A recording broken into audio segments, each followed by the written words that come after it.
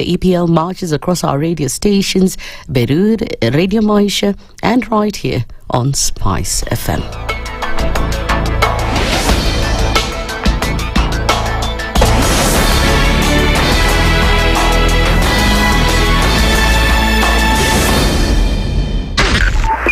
.5 Spice FM, Kisumu.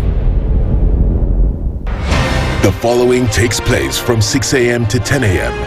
every weekday on Spice FM. In this country, 6 families and 8,000 Kenyans control 90% of the GDP. We are not a country. We are a plantation. We work for Ruto. When you're telling the judges court orders are papers or they will not obey court orders, they're sitting and you're seeking orders from them. So how are they supposed to interpret it? Isn't it an oxymoron? When you see a judiciary that seems to be under some control somewhere, you start questioning. We have very powerful governors, but they don't use their offices to serve the people. If you are not shameful to do what you are doing, why should we protect you? I'm human. Everybody's human. So when you're told, kuja tuongee, I mean, you'd be a fool to say, staki kuongea. Conversations have to be had, you know? People in leadership should only go into leadership if they are ready and willing to change the lot of the people. The Situation Room, Kenya's biggest conversation. One of the things that are ailing our country is negative ethnicity. You find you as a state officer, instead of thinking as a Kenyan, you think like a tribal person. Let me tell you something. The biggest problem we have had in this country is a leadership deficit. There is nothing that you are going to do in the process of change if you are not a risk taker. So you really have to pursue your vision to a logical conclusion and even be ready to step on people's toes. When it comes to the economy, you can run away with it. They say statistics are like bikinis. They reveal a lot, but they conceal the vitals. And so government people would throw statistics at you and tell you they're revealing a lot of information to you, but it's really concealing the real vitals. We need to get out of that, because when we want to grow our democracy, one basic thing that really requires to be understood by the political class, by all of us, is institutions are critical. This is the Situation Room, the only way to start your day. The following takes place from 6 a.m. to 10 a.m. every weekday on Spice FM. We look at the utterances of leaders who are aligned to broad-based, who are initially in ODM. We thought they stand for something. Now they've been exposed. Because we are a third world country, we are poor. And not because we don't have resources, but we have been robbed senseless. Look at the wasteful expenditure. Look at how large the government lives. And we've said this is something that can be controlled. It happens in many other countries. Internally, we used to stand and tell him, boss, hii kitu ni mbaya. And you'd say, now he doesn't let me tell you. You saw the other parliamentary group meeting. People went there, sat, listened, looked at him. There was no plenary left. The Situation Room, Kenya's biggest conversation.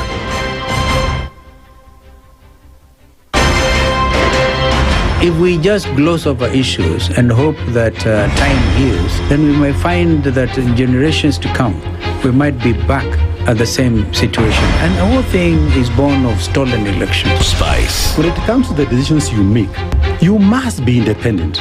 There's no way you can allow one institution to dictate to you how you're going to conduct your operations, how you're going to decide cases. It's a no.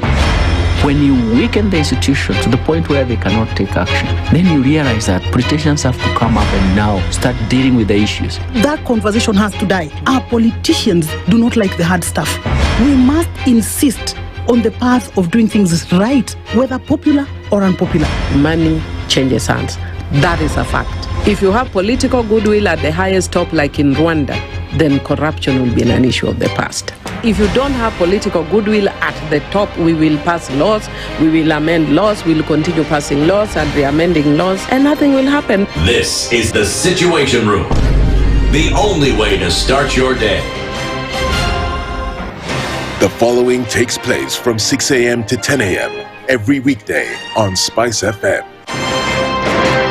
You have learned, Dennis, okay, your own land, you use your own money to build it, and then you sell it to yourself. But we don't want foreign troops on Kenyan soil. But surely it goes a little bit deeper. This is it. If you find the tree is withering, then you call the person who is managing that tree. Come around. Yeah, Why? Tell me what is first of all, what's the problem? Yes, what is the problem there? How do we expect ourselves to move forward as a country? The Situation Room, Kenya's biggest conversation. One of the things that are ailing our country is negative ethnicity. You find you as a state officer, instead of thinking as a Kenyan, you think like a tribal person. Let me tell you something. The biggest problem we have had in this country is a leadership deficit. There is nothing that you are going to do in the process of change if you are not a risk taker. So you really have to pursue your vision to a logical conclusion and even be ready to step on people's toes. When it comes to the economy, you can run away with it. They say statistics are like bikinis. They reveal a lot, but they conceal the vitals. And so government people would throw statistics at you and tell you they're revealing a lot of information to you, but it's really concealing the real vitals.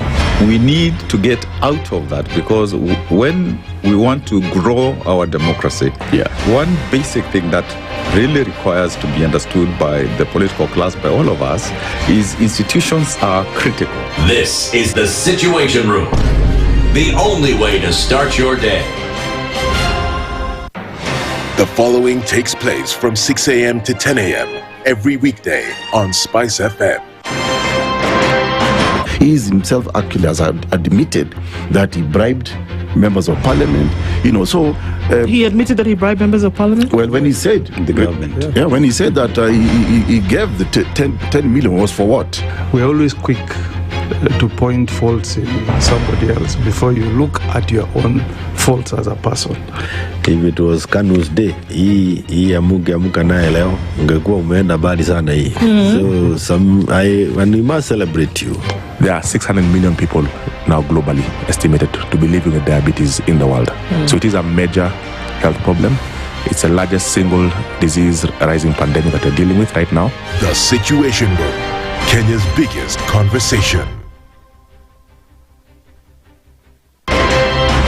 Good morning, and I love your show. Thank you. Having come from a Kikuyu radio background, I migrated to Spice because of the content. I was born in a slum, but somehow I got a break in life. So sometimes when you see the sweating coming out because of the passion and whatever it is, behind the noise, there are people. And we share the same umbilical cord. It shouldn't be like that. I am so disappointed. We used to tell Honorable Raila Amolo Odinga that he's doing politics of conmanship. And even President Uhuru Kenyatta, serikali hii ndio iko na conmanship ya hali ya juu. You cannot promise people that you reduce tax, then you double. In politics, there is the issue of trust. For you to turn around and then stab the same people who gave you that trust, there is no other level of dishonesty. Imabo, utaona dunia tu. The Situation Room, Kenya's biggest conversation. If we just gloss over issues and hope that time heals, then we might find that in generations to come, we might be back at the same situation. And the whole thing is born of stolen elections. Spice. When it comes to the decisions you make, you must be independent. There's no way you can allow one institution to dictate to you how you're going to conduct your operations, how you're going to decide cases. It's a no. When you weaken the institution to the point where they cannot take action, then you realize that politicians have to come up and now start dealing with the issues. That conversation has to die. Our politicians do not like the hard stuff. We must insist on the path of doing things right, whether popular or unpopular. Money changes hands. That is a fact. If you have political goodwill at the highest top, like in Rwanda, then corruption will be an issue of the past. If you don't have political goodwill at the top, we will pass laws, we will amend laws, we will continue passing laws and re-amending laws, and nothing will happen. This is the Situation Room, the only way to start your day. Mature, intelligent talk every morning. Spice up yourself. Mornings done right. 94.4 Spice FM, Nairobi. Imagine Hebu ngoja uimagine vizuri. Imagine. Verse umeimagine. We. Karibu nianguke saa hii asubuhi. Yeah. Mimi nimeanguka. It's that morning. It's that morning. We are all falling for everybody. I can't remember the last time I actually fell. Imagine if Dennis fell down. I fell bad. Evelyn, take me to the infirmary. Yeah, we need help. We need help. Not psychosocial support, but both. We need the physical. He fell for someone and fell down. Yo, I see what you did. I see what you did. Hey, good morning. It's Wednesday. How you doing? Salama. You're well? Kamsa. Good to see you. Wewe? Mimi niko salama. Good to see you. You too. Asante. Woo. I'm trying to just, come to... Is it cold? Is it going to rain? Is it warm? Is it the weather's confusing, man. At around 1... Then it was hot. It's super hot. Yeah, then this morning it's kind of chilly. Yeah. At some point yesterday at around 5, I think there was this rain for 5 minutes, but you would think the world is coming to an end. It rained? Yeah, my place. Where was I? We said Yangong. Oh. Go up. Where were you? At 1 o'clock. Not 1, 5. 5 p.m. I was at 5 p.m. I was writing. No. This time I was actually in front of the computer working. I was working. Okay. I actually was working at that point. Maybe that's why I didn't notice, because I was deep in it. Hey, but good to be here. It's the 12th of November already. And that means that there are 18 plus 31. There are 53 days left. No, 51 days. 51 days left in the year, and 2025 is hurtling towards the finish line real quick. And there are many things to talk about, many things to then be able to put in front of discourse, and that's why we're here and that's why we're doing it. Right? This is Kenya's biggest conversation. It's the Situation Room with Okoh and Dennis Aseto, and we're getting into things this morning. If he says good morning, she says hello. She's just busy in the middle of things, but and I was salimia too, kabisa. Christine looking for a brush somewhere. We're getting into it this morning, but we're all bright-eyed and bushy-tailed, and we'll get it and make it happen. Either way, we can see you guys are streaming in. For those who know that our live streams are up on YouTube, Facebook, and on X, our audience on KTN this morning. Good morning to everybody, and thank you for already joining us in the room today as we have a number of conversations that are necessary for us to have. And we're going to do that this morning. Let me tell you how. At 7 o'clock, Bill Okoh, who is a political economist, is going to join us. He will also join us in the company of communication strategist Barack Muluka. We're going to go through 8 things. And those 8 things are what? There are a number of things that the president talked about in terms of what he's been able to do for the country while he had that interview with James Bath of Al Jazeera in Doha. He seemed a man convinced that these things had been done. So we're going to look at these with a fine-tooth comb. We're going to go through them one by one and ask ourselves the truth questions about whether these things have actually happened in the country and whether there is any mistake in the things that he said. We're going to look through that. We'll have that conversation with these two gentlemen. We'll take through it with a fine-tooth comb and then be able to say, okay, if this is not where we are, what does it take for us to get there? So that's the conversation that we will have with Dr. Barack Muluka and Bill Okoh at 7 o'clock to 9. Also an opportunity for you to chime into this conversation will be had. Nyamweya, do you know him? He's going to be here at 9 o'clock. He's a constitutionalist, and he's an economic rights advocate. You've seen him. You've heard him. We're going to have him here at 9. We're going to be talking about politics and the Constitution, going back to the basics. What does it actually mean? Remember yesterday when I asked the question to Stella Agara and I said, what do senators actually do? When we're going to the vote, do we know? Do we really know? Do you know what the person who holds the very ground of representation is meant to do in terms of your MCA? Do you know what a governor is actually supposed to do? When you go and you're casting your vote, when you're listening and your audience to politicians asking for your vote, do you know what they're actually supposed to do for you? And take the most critical part of it all is, even when you listen to them, do you ask them? Absolutely. Do they know what they're supposed to do? So how about we stir things up, guys? How about we go into the next election? How about we live as citizens of our countries knowing? Let's change the thing. Let's flip the script. Let's be citizens who are aware of what the law says. Let's be citizens who are aware of what our constitutions say. And let's be citizens who are aware, before anybody comes and asks you for your vote, you already know. Let's be those citizens. Let's be those people. When they say that the leaders are a reflection of the people, let's be the people who know. Let's have that conversation with Nyamweya at 9 o'clock and even beyond 9. Into the days, the weeks, the months, and the years ahead. Sawa? That's what it looks like this morning. Those are the conversations that we have. So steer up, saddle up. It's going to be a fun ride, guys.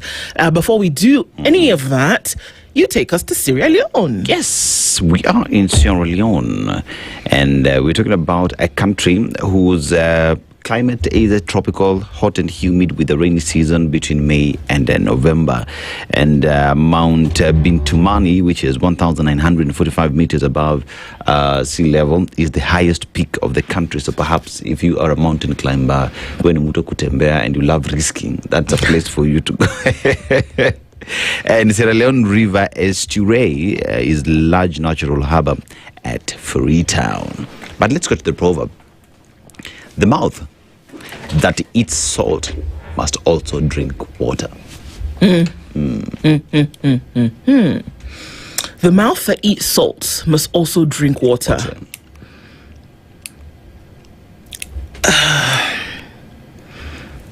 Yeah, I think about salt and its dehydrating capability, and that you take it through that opening, and it is the same opening then that you must use to hydrate. So I think about just literally the mouth, and that from you will come rivers of living water, and you can also cut down, but you can also build up. You can remove, but you can also put in.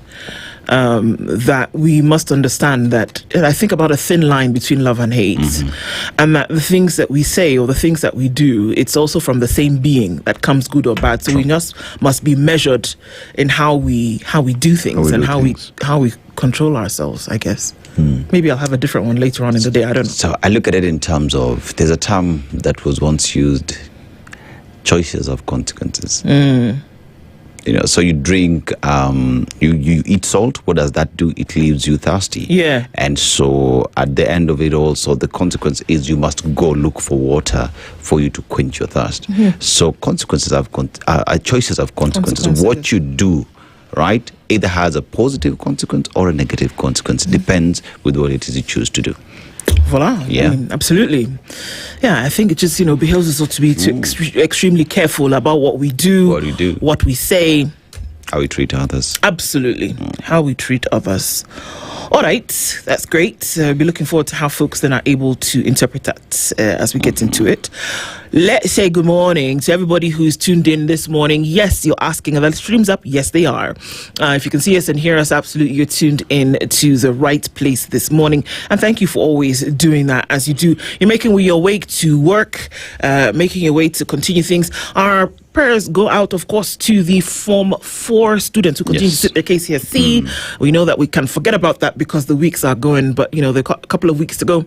And so we just, for all that they've learned and all that they study, may they remember and do well in those papers. Good morning, says Peter Kiarie. Tune in from Mombasa. Remember to live while you're busy surviving. Indeed.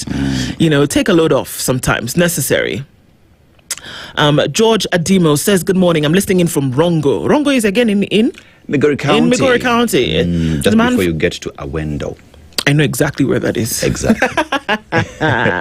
R, Ndu, you're looking. Wait. Thank you so much, R.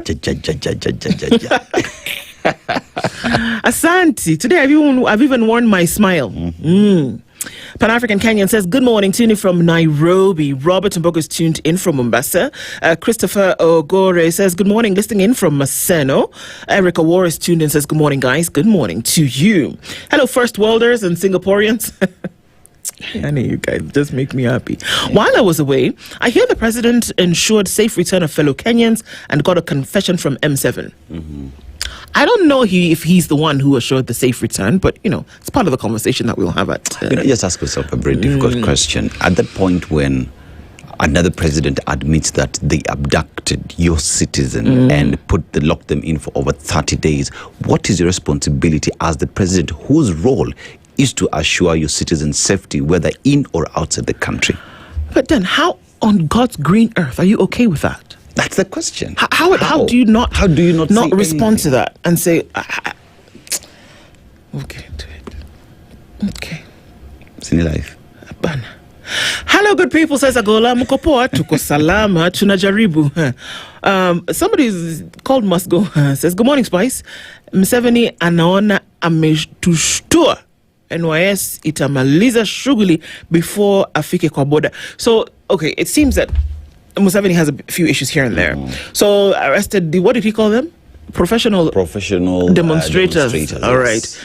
That there was no answer diplomatically, then you have to ask many questions about Kenya's foreign policy, especially with trade neighbors, people who are essentially ensconced in this tripartite agreement in terms of the inner East Africa. Yeah. So one must ask questions about, okay, so what is a diplomatic, what would be Mofa's answer? Musalia Mudavadi quieter than a church mouse until later. He never said a thing about Bobo Njagi and Nicholas Oyo until they were released. So, I mean, many questions coming out from this. But that's not Museveni's only issue. Museveni has also said that the ocean, you see this entire ocean, he says it is his. Which one? Indian? Yeah, Indian. So he's also said, you know what, you guys cross into our waters, there could be war. He said this yesterday. Okay. So I don't know if he was having a Museveni moment or he was just generally having... Wait, I have to ask the question, is he okay? That's what I'm saying. I don't know if it's a Museveni moment or he was just having a bad day or somebody ticked him off from one of his 140 advisors. Somebody said something that he didn't like. I don't know. But yesterday was Kenya Day in terms of his frustration. So he said, you guys play with me. I'll war you. Can you war somebody? Okay. Yeah, so essentially what he said. It's on one of the headlines today as well. So that's what he said yesterday. So Kenya, watch out. Dr. Venvik says, good morning from Tudor. Eliza Fan Njeri says, who's this songwriter from the mountain who's dead? Betty Bayo. Betty Bayo. Yeah, that's she passed after she was unwell, very briefly. Bwangi Juma says, good morning, SpiceFM family. How are you all doing? Blessed Asante this Wednesday.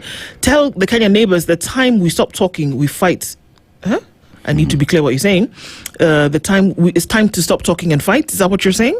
Tibbs Muke says, good morning. Tuned in, SpiceFM team. Remtula Omar is also tuned in this morning. Happy Hump Day from Preston in the UK. Indeed. Getting over into the rest of the week. George Mangera says, good morning. The situation room. Dennis, EVE, and the entire crew. Big up. Up Mukopoa tuko salama kabisa. Kwanza EVE ako tops. Isa Kale says, rise and shine, you caffeinated crusaders of the Kenyan airwaves. Okay, I'm not caffeinated yet, but I'm going to get there in a minute. While some are still negotiating with alarm clocks, you're out there stirring the national pot with more spice than a Nyeri chili market. It's okay. Surely. All right. Daudi Lubale says, taarifa kwa jamii ya Spice FM, ujambo nyote. Daniel Ekakoro, good morning. Please tell parents that they should be checking their children in university and college because mambo inafanyika uko ni mbaya sana. Cecilia's death has really shocked me. Pombe sio poa. Boss, you guys, it's true. The things that Jamini. Check on your kids. Check on your kids. Check on your kids. Once we're going to university, they're away from home. They're still your kids, and the things that are going on, man, it's crazy.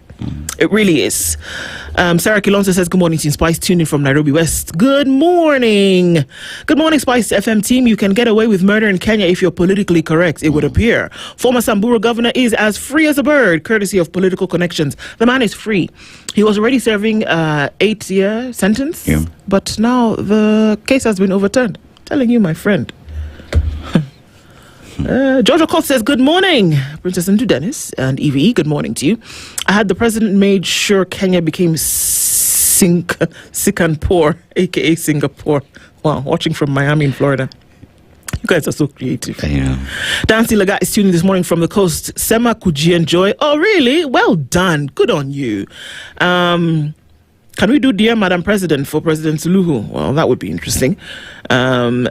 Also tuned in this morning, Geraldine Ochieng, bonjour, SpiceFM, bonjour.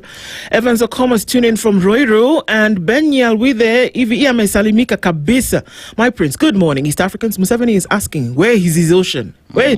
He said the ocean is his. It's never and I'm using it in the future. Ocean, it's in mine. Yake. And if you play with me, Kiboko. Kabisa. Eliana Venya says, good morning, team. Tuned in from Masai Mara. Thanks for keeping us updated on the daily happenings in our country. I love you all, but we love you too. Thank you so much. Pan-African, yes, awesome to hear that Mungai will be here at 9. Indeed, he will. Michael Olande says, hello. Well, hello. Caprila says, good morning. Ndu and Dennis tuned in from Roero also. Good morning, my people tuned in from Mombasa. Simon Kibiro, good morning. My prince, we see you. Jack Kabila tuned in from Kapedo. You meant President Uhuru. Oh, all right.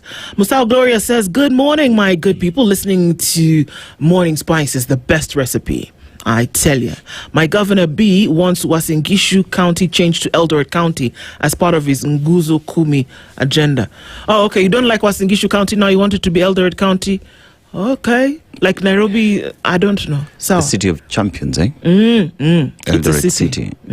It's called Eldoret City. It's Eldoret City, yeah. Yeah, it's not Wasingishu City. It's Eldoret City. Sasa wanataka ikwe Eldoret County pia. Vile Nairobi is a county, Nairobi is also a city, so Eldoret can be like that. Governor B is actually suggesting. How would that change the lives of the residents?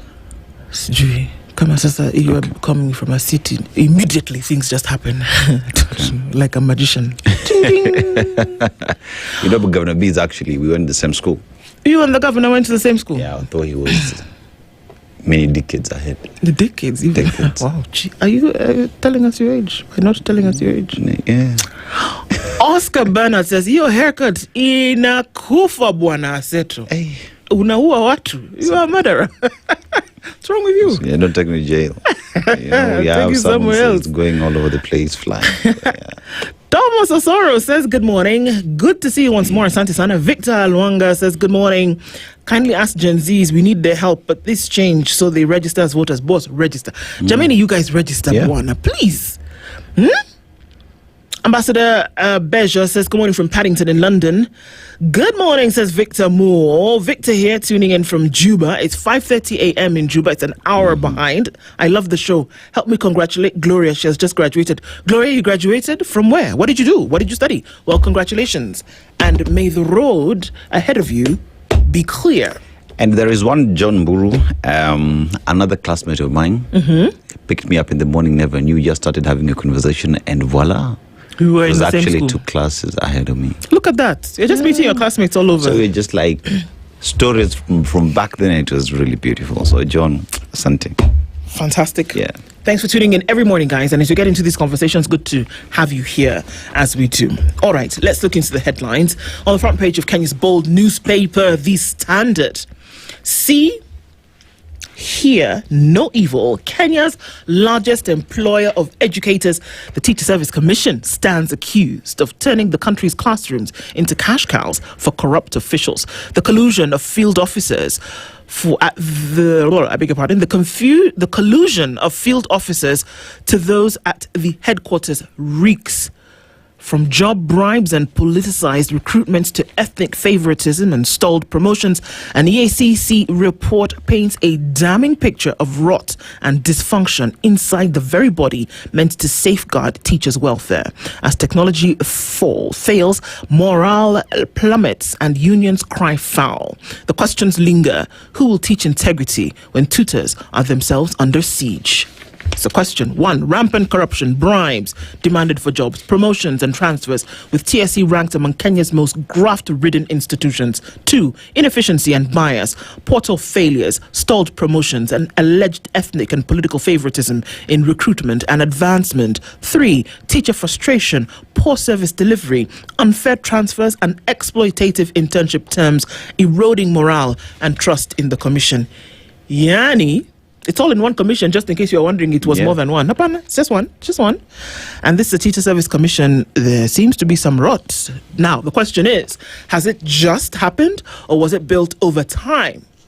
And has this been the modus operandi of the commission? What's going on? Those are the questions that are being asked. KCSC is another headline. How principals, students, and exam officials collude to cheat. Oh my God. Okay, that story we will read. We'll let you know about that in a while. Luxury Dubai yacht held in Kilifi as tourist safari in Masai Mara. Why is it held? Don't understand.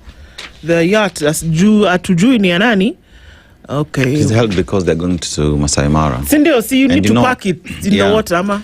And you remember that ocean that belongs to Museveni does not get to Masai Mara. So yeah, Museveni's ocean. Yeah, Museveni's ocean does not allow you to go to Narok County.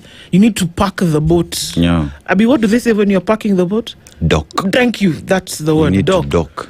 Hey, Sasa means what's the drama? So thing is, I think because they're billionaires, they flew to Masai Mara, one would assume. Wait. The people are still in the yacht. Not left there. I'll read this. The very interesting story. Well, I'll let you know about it in a minute. So it's like the 6 tourists are still on the yacht. What? Okay. Anyway, TSE reels from protests amid calls for an audit from key stakeholders. They're finally saying, you know what, guys, check this thing inside here. Crazy. Uhuru's political return stirs Ruto Gachagua camps. Everybody seems to be getting a bit nervous about this. Body of Kenyans still missing as Tanzania clergy seeks reforms. They're still seeking reforms, and it's still a story that folks want it to be that folks want it to be looked into. Alarm as police officers drop guard for robbery. Oy. Kenya sells urban climate change programs despite drawbacks. Okay, and Kenyans are forced to abandon cancer treatment amid SHA cover failures. Guys, in the Senate yesterday, they were shouting about SHA. They were complaining. The proceedings yesterday. Come on, guys. In terms of now, we have people saying SHA is not supposed to pay everything. This against the backdrop of the president who said, no, if you go to any hospital and anybody charges you any money, report. them to. So, which is which? Which is which? Which is which? For because crying out I remember the contribution by Nyamweya Senator Okoh, yes, and what he was saying with regard to going to hospital. His uncle hospital 1.3 million. Then SHA paid 200 and something and 18 you know, so it was just if it's working, why is it not covering as the promise that was given by the president, you know? So yeah, is it working or not? If it was working, we would not have this drama for 10 months. Come on. But we'll talk about it in just a minute as you tell us what's happening in the nation. Kenya strikes 680 billion shillings gold. Come on. Yo, Miskeo. 600 nangoa. It is 80 billion. You know what that is? Entire education budget. Education. Sasa, you have no excuse not to release capitation. Where? If I hear. Yeah. So Rich Lord, residents of Isulu in Bushiangala in Ikolomani, Kakamega County, are on the verge of a windfall. A British farmer has revealed massive gold deposits in the area and is now seeking clearance to mine the precious metal in a venture that promises a fortune for the investor, country, county, and local communities. You know, the most beautiful part is what? The residents have always known there is gold. Of course. In Ikolomani, yes. They've always been mining gold. Question is, why do we need an outsider to come tell us we have gold? Because you play it's not for them to come and tell you that you have gold. You know they have gold. They know you have gold. You know they know you know they have gold.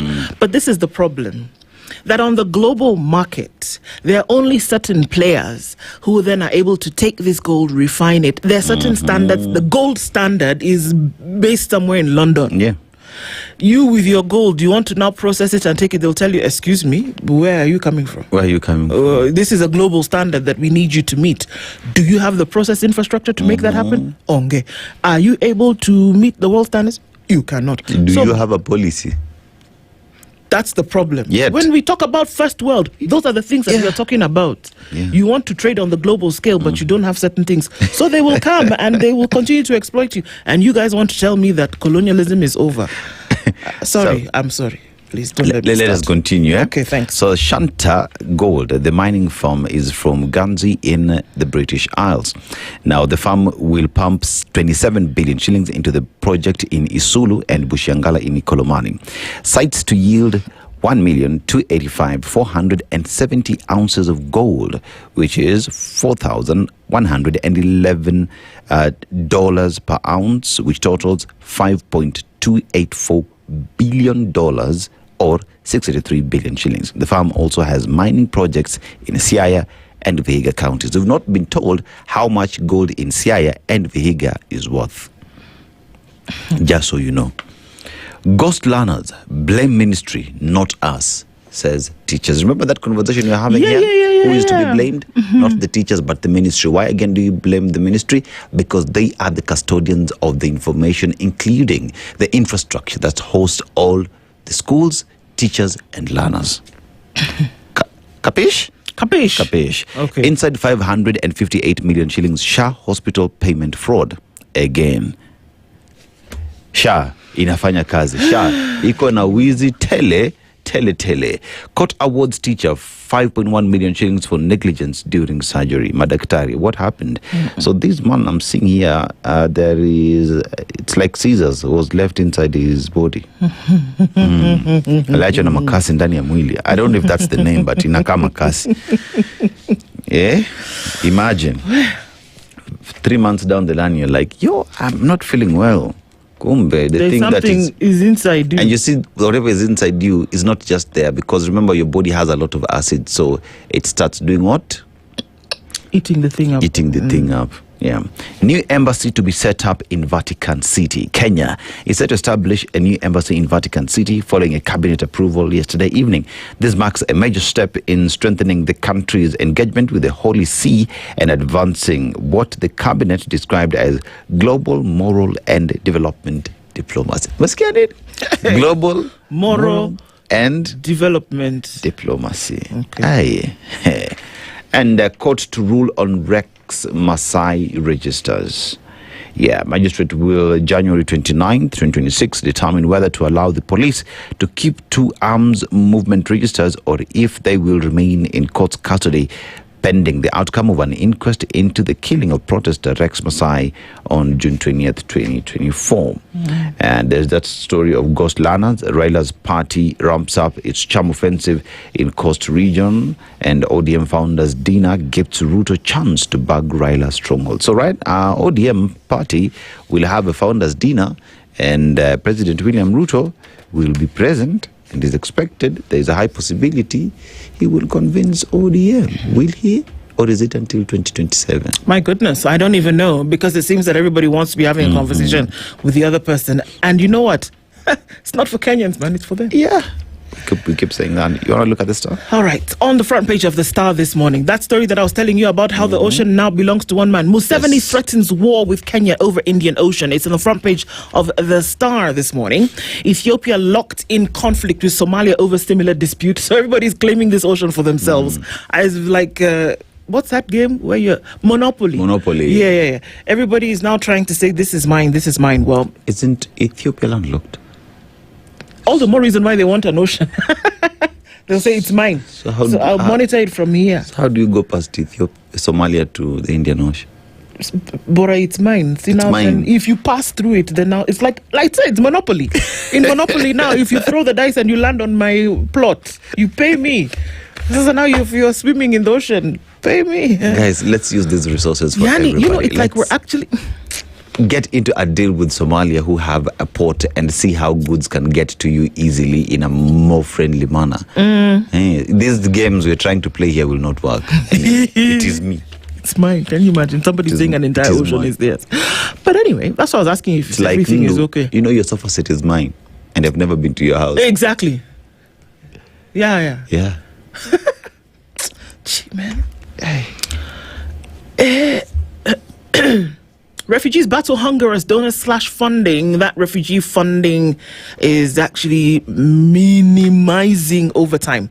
Now, Museveni warns of future conflicts over Uganda's access to the Indian Ocean. So that's what the fight kind of looks like right now. Cancer patients want shark cover raised to 1 million shillings. This kind of makes sense. Gachagua says to Ruto, our alliance is to send you home, not to share power. This thing that you're coming to tell us about how, let's talk and break bread together. You home. We'll talk about the rest as we move on. That's what Gachagua says to him. So this our thing project number one and agenda, you. Sugoi. Hizo vitu zingine tutaongea baadaye. Kanja rejects bid to cap IG age at 60 as I pour back spill. Are you surprised? You want me, the person who is wanting to stay here beyond 60, to now say that it should be capped at 60? Got jokes. Affordable housing, this one in Kenya, affordable housing has won a global award in Cape Town. Yeah. I really want to. What kind of award? It's global. Nini. Okay. I'll tell. Okay, Sawa. It is for promoting healthy urbanization, improving access to decent housing, and especially for digital access. The State Department for Housing and Urban Development was feted in Cape Town, South Africa, where it received the Certified Bronze Gigacity Award 2025 from the World Broadband Association Housing. PS Charles Hinga received the award on behalf of the government. So. All right. It's okay. Okay, I want to tell you the story of these guys who are stuck on a yacht. Can't be the worst thing in the world now, can it? No. All right, let me tell you. A luxury Dubai yacht held in Kilifi as tourist safari in Masai Mara. The story goes thusly. Yeah. Its detention drew national attention and speculation among Kenyans online. Officers later confirmed it posed no risk, only procedural docking clearance issues. Sasa skiza. Security agents have detained a luxury yacht floating off Kilifi after it was found to lack authorization from the Kenya Ports Authority to dock in the country. You can't just rock up here. It's not your ocean, man. Kilifi County Commissioner Josephat Biwott said the 4-deck yacht is actually a pretty little thing. Christened Salt was detained along with its 6 foreign tourists who are yet to disembark. Till today, they're still inside the yacht. Just chilling, eh? Seafood in Asia. Anyway, Biwott said marine security officers discovered weapons inside the yacht, though they were confirmed to be legally owned by the vessel's operator, so the surprise is gone. The yacht is okay. It has no illegal drugs or weapons. The only issue is that it lacked clearance from KPA to dock in the country. All foreign yachts must undergo a multi-agency clearance process and obtain electronic travel authorization, port entry, and advance notice for docking in Kenya. One would think, I think that you would know this when you were leaving wherever you were coming from, that you can't just park your yacht in other waters without clearance. Because it looks pretty. I would think maybe you would know that, but that's just me. But they didn't do this. So now, since Salt arrived last week on Thursday, speculation has swirled on social media with Kenyans questioning why it has not docked and why its occupants have remained on board. So since Thursday, they're still there. Things must be a bit interesting. The weapons were for their protection. How would they defend themselves if pirates attacked them at sea, says Biwott. Biwott said the 6 tourists aboard the yacht are visiting the Masai Mara and Amboseli National Parks and are expected to leave for Madagascar on the 14th of November. That's on Friday. Na hawajaona Masai Mara bado. Let the waende waone giraffe. Tourism Police Unit Sector Commander for the Coast Region, Patricia Buri, confirmed the tourist itinerary and assured the public that the vessel posed no threat. So you guys don't worry, this one is okay. The weapons they have for their own protection. They're just going to Masai Mara to see the giraffe, then they'll come back. The yacht is from Dubai and carries people of different nationalities. This signifies growth and development as the port area is opening up for more business. We are now able to host visitors from different parts of the world who will interact with us and bring new ideas to empower the local community. So don't worry. It's just a yacht floating. They didn't get their paperwork in place. We're going to help them get that. They're going to trot off to Masai Mara, see the giraffe, and then go to Madagascar by boat. So that they have weapons and that we don't know where they're from, that's not a problem. That they didn't get their certification before they left where they were coming from, it's not a problem either. So panicky not, public. It's just a yacht called Salt, and everything's going to be irate. So when you talk about Salt, one question that one would just want to ask, what was their cruise plan? right? So when you leave the cruise plan, when they were getting into the territorial borders of Kenya, did we have officers who were manning the same? Because there always has to be communication. So how did they get through the Kenyan waters all the way to Kilifi and dock? And if they got to the dock and it is upon that time that it was realized that they did not get enough papers, then how did they access Kenya's territorial boundaries without questions being raised? That's question number 2. How long does it take for you to get clearance? They've been docking there for how long now? 6 days? 6 days. 6 Thursday, days. Friday, Saturday, Sunday, Monday, Tuesday. Yeah. 6 days. So 6 days. So that is 24 hours times 6. How many hours are those? Now uliza tu swali. So how long does it take for you to go through paperwork for you to get the docking rights? Because remember, we are saying that the docking of salt into Kenyan territory opens up the country for other tourists to visit the country. But this story alone, is it sending positive vibes to those tourists to visit? I just want to know how they're getting food on this yacht. Okay, sorry. Okay. So there's just a lot of questions that are being raised. It's good that security agencies have taken over, but there's more questions being asked on how they accessed Kenyan territorial boundaries, how they got all the way to Kilifi, how they docked where it is they're docking, and how long does it take for, if it's a small problem on paperwork, how long does it take for paperwork to be concluded? This is a question. But you still got to ask, how did they just rock up? And without like if you were going to Malaba today, that if you were not East African, you needed documentation. And if you were, driving a truck of stuff across the border, that you needed your documentation and all of that in order. What was your plan? In terms of where you're going. Exactly. Further to that, they're going to Madagascar in a couple of days. Do they, by the way, excuse me, maybe they should tell the guys on the boat, as you're going to Madagascar, I hope you have your papers on board as well, because you might be running out of food and sustenance. Yeah. Interesting times. Yeah. So I think we look at Historia Ghost Learners because public primary school heads have accused the Ministry of Education of inflating enrollment figures and creating ghost students and learning institutions, a situation that has led to the loss of 4 billion shillings in funding. During the Kenya Primary School Head Teachers Association conference in Mombasa, participants said it is wrong for the ministry to keep shifting blame on teachers when it has deployed officers in counties and sub-counties. So teachers do not blame us. It is you as deployed officers in these counties. COCC, we only there to work. Their complaints were made minutes after the State Department for Basic Education Director General Elias Abdi said the outcome of the recent audit on public schools and learners would be released today. Dr. Abdi said the report would be released by Education Cabinet Secretary Ogamba and Principal Secretary Julius Bitok during the official opening of the summit. Acting ICT Chief of ICT Directorate of the State Department of Basic Education, Paul Odhiambo, said schools that had not received funds were verified and cleared for payment by November 10th. 10th ilikuwa lini? Monday. Juzi. Juzi. Yeah. Shule zishafungwa. Ala. Is it like a month ago? Tumetuma capitation. Yeah. Okay. Is the capitation, who's going to use it? Please don't even know. Okay. We found schools that had submitted data using wrong formats and others that appeared not to have submitted anything. Upon closer inspection, however, we realized some had submitted information but used incorrect identification codes. He explained that the verification involved the 3 digital links shared with heads of institutions, sub-county directors of education and ministry officials. The first link was sent to head teachers to capture institutional biodata, enrollment figures and global positioning systems coordinates to enable ICT personnel in the ministry to locate the schools digitally. The second link went to sub-county education bosses who were tasked with mapping schools in the areas. And the third was at the ministry headquarters. It was accessible to the ICT Directorate, the PS, the Director General, and other top officials. It is good to understand this. It is painful to have thousands of schools categorized as not having submitted data when they did so, only that they may have got it wrong.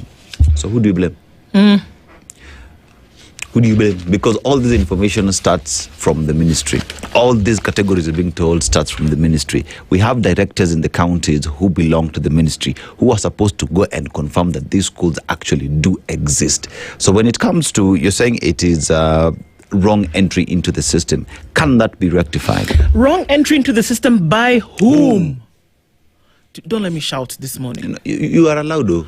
By whom? These are education officers. They sit at Jogo House. This is their job. And that's why I keep asking, can anybody walk into Jogo House today, go into the back room where the data handlers are, and just put in any information into the system as you like? We know the answer to that is no. So when you tell us that you have information about ghost schools and ghost students, which are incorrect entries, you're basically telling us that you messed up. Yeah. Then how do you want it to be a public issue? Fix your mess. And then you put schools in crazy problems that you don't send money to them because you're trying to verify a mistake that you made. You laid, yeah. Because Come on, these are rudimentary mistakes that we keep making. Yeah. And then we want to say that tomorrow we will be first world. Come on. Yeah. Because you see here, they say the second link went to sub-county education bosses who are tasked with mapping schools in their areas. So question is, this second link that was sent to the sub-county bosses, did they go to do the mapping that you're telling us about? What information did they give you before you start switching blame to teachers, blaming them? How do you blame? How do teachers even come into this conversation in the first place? I keep saying, as you determine the capitation and the money that is released from Treasury, guess what? The money that's released from Treasury does not go direct to schools. The money that's released from Treasury goes to the ministry. The ministry, based on the database that they have, they are the ones then who disperse these funds. We know this. How are you dispersing? Come on, it's weird to think of it, because when let's talk about grade 1. The ministry and government of Kenya today knows how many students are there in all public institutions in the country. One would even say in all schools in the country, including private schools, right? So question is, when you're preparing your budget proposals based off information that you have. It is not information that head teachers have. It's because this information is domiciled at the ministry. So when you are preparing this budget and these monies have been released by Treasury to your ministry, that means you are supposed then to release these monies that goes to all these schools and students based off information that you have. Let's just say it. These ghost schools, these ghost students, they belong to individuals. Yes. And there are people who are eating money year after year. So all this long story, checking, auditing, not checking, it's just a waste of time and it's a waste of resources. And it's just it's a waste of a waste of people's hope and confidence. That's what you're doing. Because the idea of ghost workers is not because there's actually a ghost who is in the thing. It means that there is a fake name and that there is a fake entity and that somebody is receiving the money on that fake name, fake entity. That's the truth. And the truth of the matter is that it is involved or it is related to people who have access to the system. Yes. Stop carrying us big orange fruits and vegetables. Come on. Question. We know a problem is, we know someone keyed in wrong information. What have you done about it? No, Dennis, they keyed in the right information. They keyed in the right information. It just happens to be that information, when we say it's right, is to their benefit. To their benefit. So, does it just end at talk? Because at the end of the day, someone has heads have to roll. Are we seeing heads roll? All you're seeing is a lot of talk and not a lot of walking. Let me tell you somebody else that's talking in about 2 minutes. The Senate team is demanding completion of projects. This is actually something that I agree with. Yes. Stop spending new money on new projects. You can actually have it your legacy. Doesn't matter. You can have it your legacy that you are the one that insisted that all the money that has been spent for projects that are unfinished over the last 10 years can actually be completed under your watch. That could actually be a legacy that I think you would be feted for years to come. The Senate Committee on Devolution and Intergovernmental Relations has raised concerns over stalled projects in Bomet County. Take it and multiply that by 47. Vice Chairperson Catherine Muma decried the loss of public funds and urged Governor Hilary Barchok to speed up the completion to ensure Kenyans get value for their money. Okay.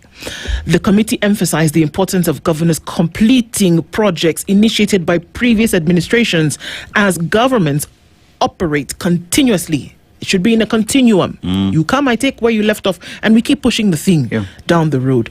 She said, it is unacceptable for millions of shillings to be spent on development projects only for them to stall. We are here to ensure that public funds are utilized properly and that the people of Bomet get value for their money. Among the projects is Chebunyo Milk Processing Plant, which was initiated in 2018-2019, but remains incomplete due to a pending bill of 5.52 million shillings for equipment. The 18 million shilling Aeonet water project started 2010, stalled due to delays in the delivery of a transformer to pump the water. No transformer in 15 years. Governor Barchok assured the committee that he would ensure the projects are completed before the end of his term. Well, chop chop, you've got 2 years. Do it. You've not done it in 10. Let's hope you can do it in 2. Imagine if this was done across the country. Yeah, the project you're talking about, the 2018 project, that means Barchok at the time was the deputy governor. Yes, he was. So that means this is a project that was started when he was in that government. So Yes. why would he get in there and not complete the project? Because he was part of it anyway. Guess it's as good as mine, bro. It's as good as mine. As a choker. Kabisa, hata nimesha choka and it's only 7 o'clock. Good morning. It is now 7 a.m. with ICEA Lion. Protect your today, securing your tomorrow. The latest news from around the world. 94.4 Spice FM.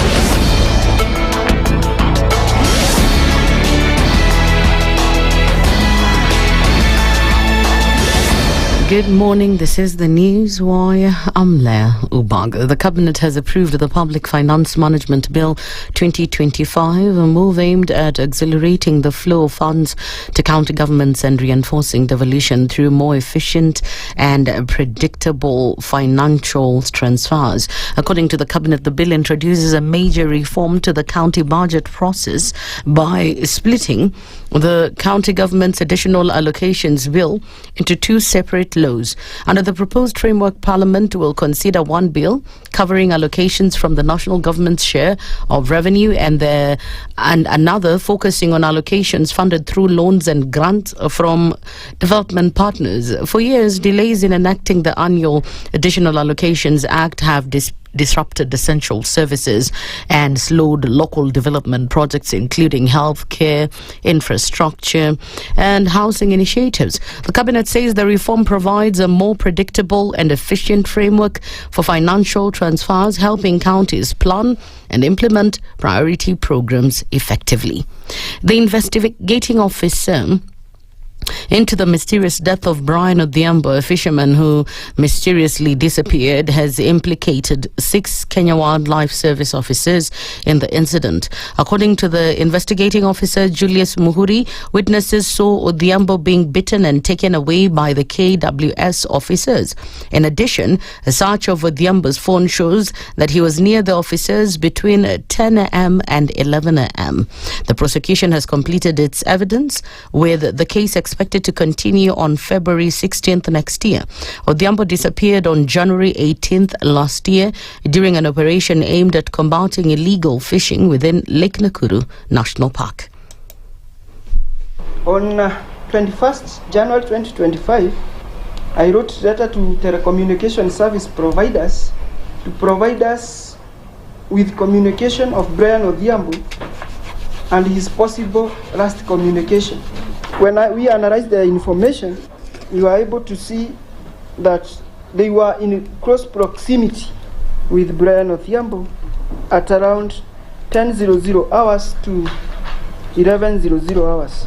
That was the time when Brian Odhiambo was reportedly arrested by the said KWS officers. The court has acquitted former Samburu Governor Moses Lenal Kulal in a 2019 corruption case, along with co-accused Hesbon Washira and Bernard Lesurmat. The trio face charges of abuse of power, conflict of interest, and illegal acquisition of public assets in connection with the oil distribution through Oryx Company. However, the court noted that Washira was the one who fully operated the business, while Lenal Kulal fulfilled his legal obligation to declare a conflict of interest. It is also found that Lesurmat was not involved in the business. The court has now decided to refund the fines they paid and lift the 10-year ban on holding public office. It now states that Lenal Kulal is now not guilty according to the ruling. The opposition alliance has hit back at President William Ruto over his claims that the alliance lacks political direction. Speaking in Gilgil, Nakuru County, the leaders have attacked President Ruto, saying he's worried following the warm reception given to Wiper leader Kalonzo Musyoka in Nyanza, saying the move has changed his political system. They have also called on the president to stop... They have also called the president a hypocrite for mourning the death of former Prime Minister Raila Odinga. Here's DCP leader Rigathi Gachagua.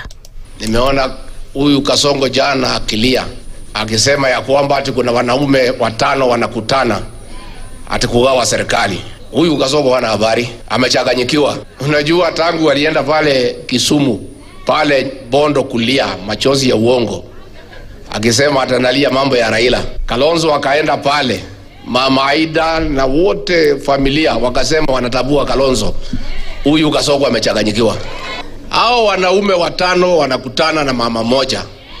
Hakuna serikali wanagawa. Wanapanga vile utaenda nyumbani. Hiyo ndio kazi iko mbele. Na hakuna mtu nagawa serikali. On his part, DAP-K leader Eugene Wamalwa has dismissed claims that he is in talks with President Ruto, calling the reports government-sponsored propaganda. Rigiji akatuuliza, nasikia nyinyi wawili mnatafuta na Kasongo. Na akatuambia mkiitwa, msisahau kuniita. Rigiji, nataka nikwambie ya kwamba tukiitwa, mimi na Kalonzo tutaambia Kasongo, huyo kuzo wetu Rigiji ndio spokesman wetu. Kama unatafuta Wamalwa, kama unatafuta Kalonzo, wewe enda kule wa Munyoro, tafuta Rigiji uzungumza na yeye. That's the news wire. I'm Leah Ubaga.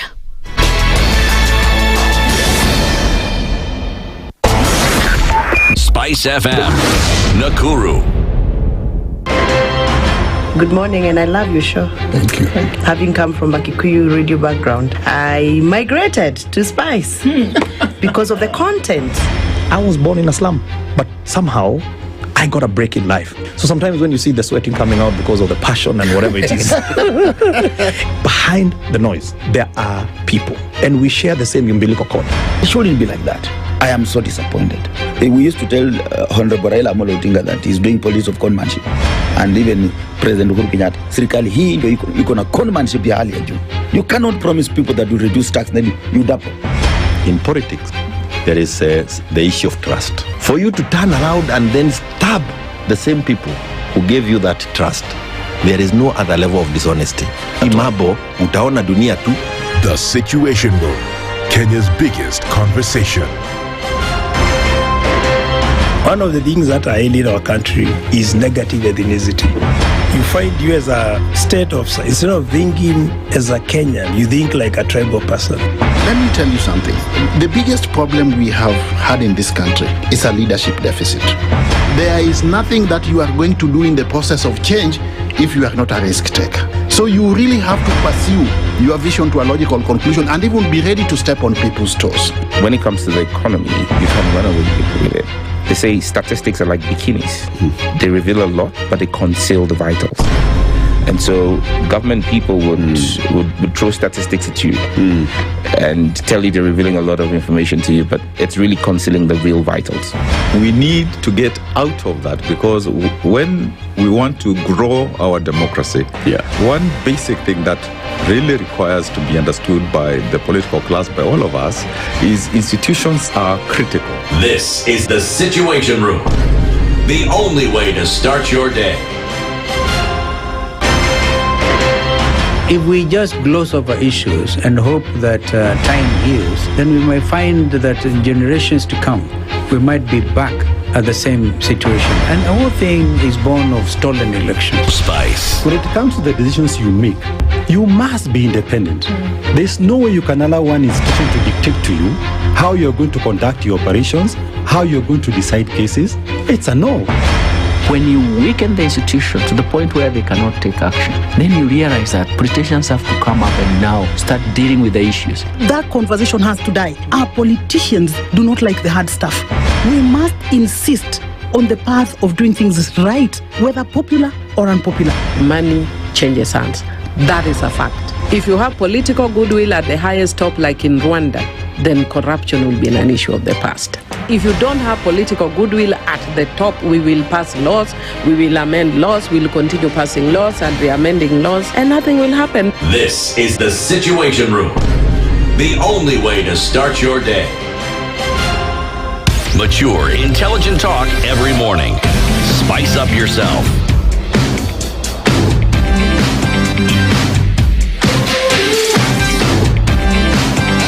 Mornings done right. 94.4 Spice FM, Nairobi. All right, getting into it, 9 minutes after 7 o'clock. This is Kenya's biggest conversation. It's the Situation Room, and we're going to be looking at a number of those this morning in terms of situations. But first of all, let's get to hear what your plan is. Yes, you know, here at the Situation Room, we talk about the future a lot. But when you talk about the future, you have to have a plan on how you're getting to that amazing, beautiful future. You can just dream about it. And with that is you sitting down, coming up with a plan that will get you there. This is where now ICEA Lion comes in and helps you sit down and craft a proper plan that will make this a reality. So we're talking about making the tough choices that will shape up this future. We're talking about questions like sitting down in studio today and we're asking, what's your plan? You know, what's your plan? And from that question alone, you start looking at options that do exist. So question is, you don't have to wait. This is a wake-up call. All you need to do is start today. It's never too late. It's never too early for you to start. And here we talk about insurance, talk about investments, talking about having that peace of mind knowing that your future is sorted. Because if you're not planning for the future, then it's high time that you did. Don't fail to plan. ICEA Lion, what's your plan? What is your plan? Well, even as we think about what the plans are, let's look at then plans going into a futurely direction. Joining us this morning to have a conversation around the scorecard of the Ruto administration is an 8 out of 10. Is it 8 out of 10 worthy? And of course, we're looking at 8 out of 10. 80% is what he scored himself. And this is all coming from a very outward expression of this feeling that he was in an interview with James Bays, and he said that he was doing extremely well. We'll get into that in just a minute. As we do, political economist Bill Okoh is here this morning. Bill, good morning. How are you doing? Everyone. Karibu sana. Good to have you here. Dr. Barrick Maluka is the Secretary General of the Democratic National Alliance, communication strategist, also here this morning. Dr. Good morning. Morning, How are you Aseto. Good morning to you. Senator Kero, happy to be with you this morning. Karibu sana. Karibu sana. Thank you for doing that. Dennis took us to Sierra Leone this week, and he's going to share today's proverb. So a country that just as Kenya is rich in a lot of minerals, but them talking about diamond, talk about gold, bauxite, rutile, which is deposits, titanium, ore, coffee, cocoa, and fish. A lot talk about titanium base here at the coast of Kwale County. And one would hope that these are resources that Africa, these countries would get to use to further improve on the economy. Sad situation is we don't add any value. We just export and get to import in finished products. But let's go to the proverb. The mouth that eats salt must also drink water. The mouth that eats salt must also drink water. How would you interpret that? Yes, otherwise it perishes. So it must find a balancing act. I'm told that we need salt even for proper circulation of blood, and of course for taking care of conditions like goiter and keeping them at bay. But we also need water to keep us going. It's basically about a balancing act, and in this context I would imagine that it's a balancing act that keeps us in the sober lane. Sometimes we say you have oversalted it. In Kiswahili, umeongeza chumvi. So you need to take water so that it's not overdone, it's not exaggerated. I don't know what they mean. But you say something interesting about our natural resources. they are at once our blessings and our curse, and more so our curse than our blessing. Senator, how would you interpret that? It's very difficult. Unless it is in the context of this morning's discussion. Where, salt means you're making it good. But if the mouth that takes it means, then you also need to, you have to, sometimes reality dilutes that which you say. You've got 8 out of 10, but what is the reality? I don't know, but I tend to think something along those lines. Of reality. The beautiful part about these proverbs, your interpretation is always right. We looked at it in terms of choices have consequences. So the same way you take in a lot of salt, you become thirsty. What is the consequence? You need water to quench it down. So, all right. Well, it's interesting because we did see that the president was on an official trip to Qatar, and he had an opportunity to meet Kenyans, whether in business or who are working. Had an opportunity to meet the government, the Qatari government, and have conversations. He then sit down for a media interview and spoke about what he felt were some of the things that then he was able to do. We want to go through some of those this morning. And then why it's critical for us to analyze this is that if the one leading the nation does feel as though they've done quite some to get us to a certain point, then, and if that may not be the reality on the ground, then it's necessary for us to analyze that. I want to play you, first of all, what some of the things that he said he's done, so that it gives us an opportunity to then understand it, first of all, and then we can scrutinize this just a little bit. So just let's listen into this one for now. Infrastructure development in Kenya, targeting housing. We're now building 230,000 houses, hiring 600,000 young people, on to 1 million young people next year. We've rolled out a program on digital jobs, expanding our fiber optic connectivity around the country, setting up ICT hubs, what we call Ajira centers, business process outsourcing. Today we are hiring 180,000 young people in our digital job ecosystem. And number 3, export of labor. We have signed up bilateral labor agreements with many countries, Germany, Austria, this great country, Qatar, UAE, Saudi. And today, as I talk to you, 3 years on, 430,000 Kenyans are working outside Kenya because of the plan I've put in place. Okay, well, let's start there. And we'll start with you, Billo. He's talked a lot about jobs having been created, would have an impact on the economy, 430,000 jobs outside of the country, the ICT space then giving way to 600,000 to 1 million jobs, having created that.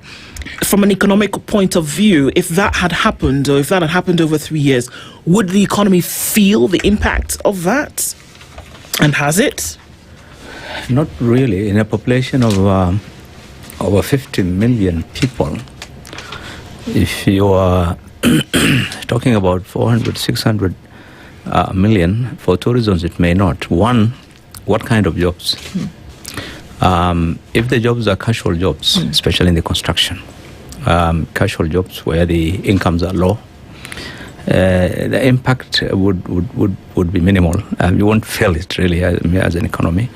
And two, it depends where those jobs are again, and whether it translates to a significant activity in the economy. For example, if those jobs were in manufacturing, you would see the impact in the goods and services and in production and so forth. This is why every year, if you look at our statistics in the economic survey for the last 20, 30 years or more even, the number of jobs that have been created in what they call the formal sector has always been at very small amount, rarely more than 60, 80,000. The number that is always shown as 600, 700,000 is always what they call the informal sector. Okay. These are the ones you can't put your finger on. It's somebody, you employed someone in your farm, someone is fixing your kitchen. Those are the things which government estimates. But I think in this case, clearly, yes, there is a lot of construction on work. But I think when you look at the figures in terms of the consumption of cement, and other building materials and so forth, you would say, yes, there's some activity. I mean, look at the figures of the economic survey. But in terms of the employment, really, and the income generated and so forth, they're not the kind of jobs that Kenyans would say, yes, it's really can be felt. People are now having money in their pocket and so forth. But they are, I think, let me tell you, employment creation is one of the most difficult jobs for most governments, anyway, even in the rich ones. And it requires serious work to be done, really, in terms of policy. And it's not about government creating jobs, it's about creating an environment for the businesses and private sector so that economic and expand. Once you expand this station, you'll need more people, you'll hire more people. That's the way to create jobs. But I think on that front, I don't think we're doing very well, really. I'm in business, and I know it's the business environment. It's not getting better, and the government doesn't help, really, create a conducive environment in this country. And you see, President seems to think so, doesn't he? Yeah. Dr. Maluka? Well, I watched the interview, and I saw that he rated himself at 8 out of 10. And I was reminded of that child who is given the report card and being a little afraid of facing the parents with that report card changes the figures. Where they have put an X, they put a tick. And where they've been told that they've got 1 out of 10, they change the 1 to like 4 or 9 out of 10. But when you look at the script, it's full of excess. I think we have got to attempt to contextualize this in order to appreciate it properly. And the context is one of a government that is permanently in panic and which therefore must create illusions of performance. A government which believes that visibility and cutting across the country, launching and relaunching the same things, some of them illusionary, is a government that is working, that is performing, and that is delivering. In other words, we are talking about a government that is very keen on option or optics rather than on reality.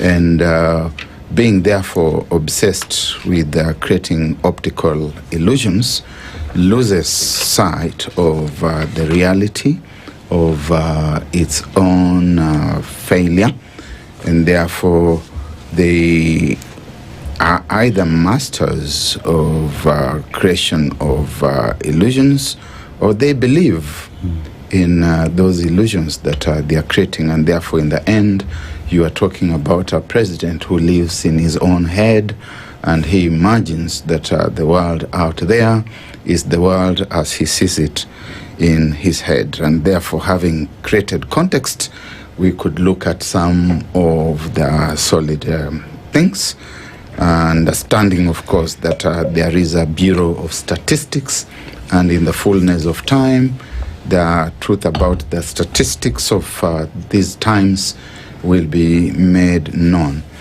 The thing that you call digital jobs, fiber optics, and business outsourcing. First, they began during the last regime, and there was indeed fiber optic mileage that was found there. But President Ruto and his government spoke of laying another 100,000 kilometers right, between 2022 and 2025. 27, we are not seeing any work going on. Fiber optic cabling is a physical undertaking. It's not like the microeconomics that political economists and statisticians like the senator here will tell us about, and which we can't see, we just have to believe. This we need to see where it is happening.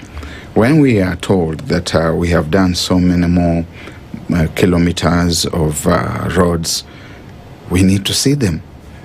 In the period 2003 to 2013, President Mwai Kibaki was building roads all over the Republic, and he didn't need to talk about them. We could see them. We could see that something was happening. But now there's a lot of bluster and a lot of bombast, which someone believes that if they go out and bombard us with words, then we're going to believe it. I do agree that we are seeing a lot of cement and mortar activity happening, especially in Nairobi. I don't know to what extent it is planned. I was in the area that's called South Sea, which is not very far from here. I've been away from that area for some time, and I could hardly recognize it.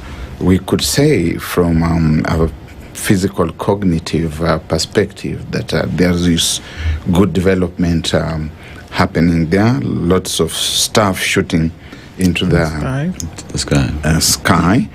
I do not know to what extent they have taken care of the rest of the things that should go with that: the water, the sewerage, the security, the roads. The roads themselves are in a very sorry state, and I cannot help wondering if we are not able to look after the roads that we already have everywhere. There are craters, there's mud. In our village in Manyuria, we always referred to Nairobi as the cemented city, the cemented yard. But now we see mud everywhere, including in what were once the leafy suburbs. How are we taking care of that? Finally, this export of labor is not anything to be proud about. We need to be ashamed that in the 21st century, we are talking about exporting our people to other parts of the world to do lowly menial labor. In centuries gone, our people were ferreted away in chains and in yoke. They went away kicking and screaming. And now we have a government that is telling us that it has signed up with offshore governments for our people to go away in new symbolic chains and yoke. It's not anything to be proud of. And moreover, some of the governments that are stated to have signed up with the Kenya government have denied that there exist such contracts. So, below, I want to look at the first aspect in terms of job creation in the country. You've rightfully said that it is a difficult job for any government, not just developing, but even first world country. It's a difficult job. But you look at job creation in terms of Kenya, and we go back to policy. Why do I talk about policy? So we go to taxation measures. We go to ease of doing business. We go to stipends, or what one would say incentivizing our entrepreneurs, SMEs that are coming up. And we look at the policies that do exist. For instance, they say the government has come up with Nyota program, 50,000 bob. But if you speak to the SMEs out here, someone wants to start a kinyozi, and they will tell you, just starting a business, I would need 300,000 shillings to just start. Plus, I need close to $1 million plus for me to just sustain that business before I start raking in money, before I even get to profit. So we look at job creation as stated by government, but we look at the policy that makes it easy. You are a business person. How is the taxation regime making it either easier or harder for you to create these jobs or for you to expand your business for more people to get employed? Yeah, so the reason why I said the policy is very important in any country really is because you have to create a conducive environment really to attract business. And business is not about just the local people also. There's also international businesses that you want to attract because today the world has become so competitive and it's become a small village. So you want to attract also money coming into the country. You want to attract investors. You want your Kenyans to go and put business in Tanzania, Uganda. So every country is competing now. A few years ago, 20, 30 years ago, you'd say Kenya was the best. And so every manufacturing used to be here. When you are going for East Africa, you would want to be in Nairobi. Today is changing because of that policy issue, which has made the cost of doing business expensive, the cost of production and many other things. And taxation is a major factor in that. You find then it's better to set up in, say, Uganda or Tanzania or Ethiopia or Egypt. So the businesses have been moving out. And this is why the companies that we saw when we were young people, the Unilevers of this world and all those things have moved out, and it's because of the policy.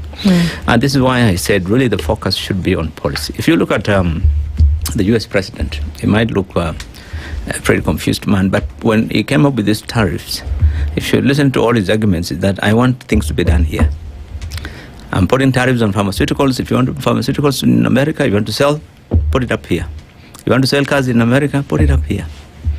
And so why is he doing that? Is about job creation. He's realized that all the jobs in America are gone. People have moved, thousands of businesses have moved to China and other countries. So I think taxation is a major factor. And by the way, let me just explain this.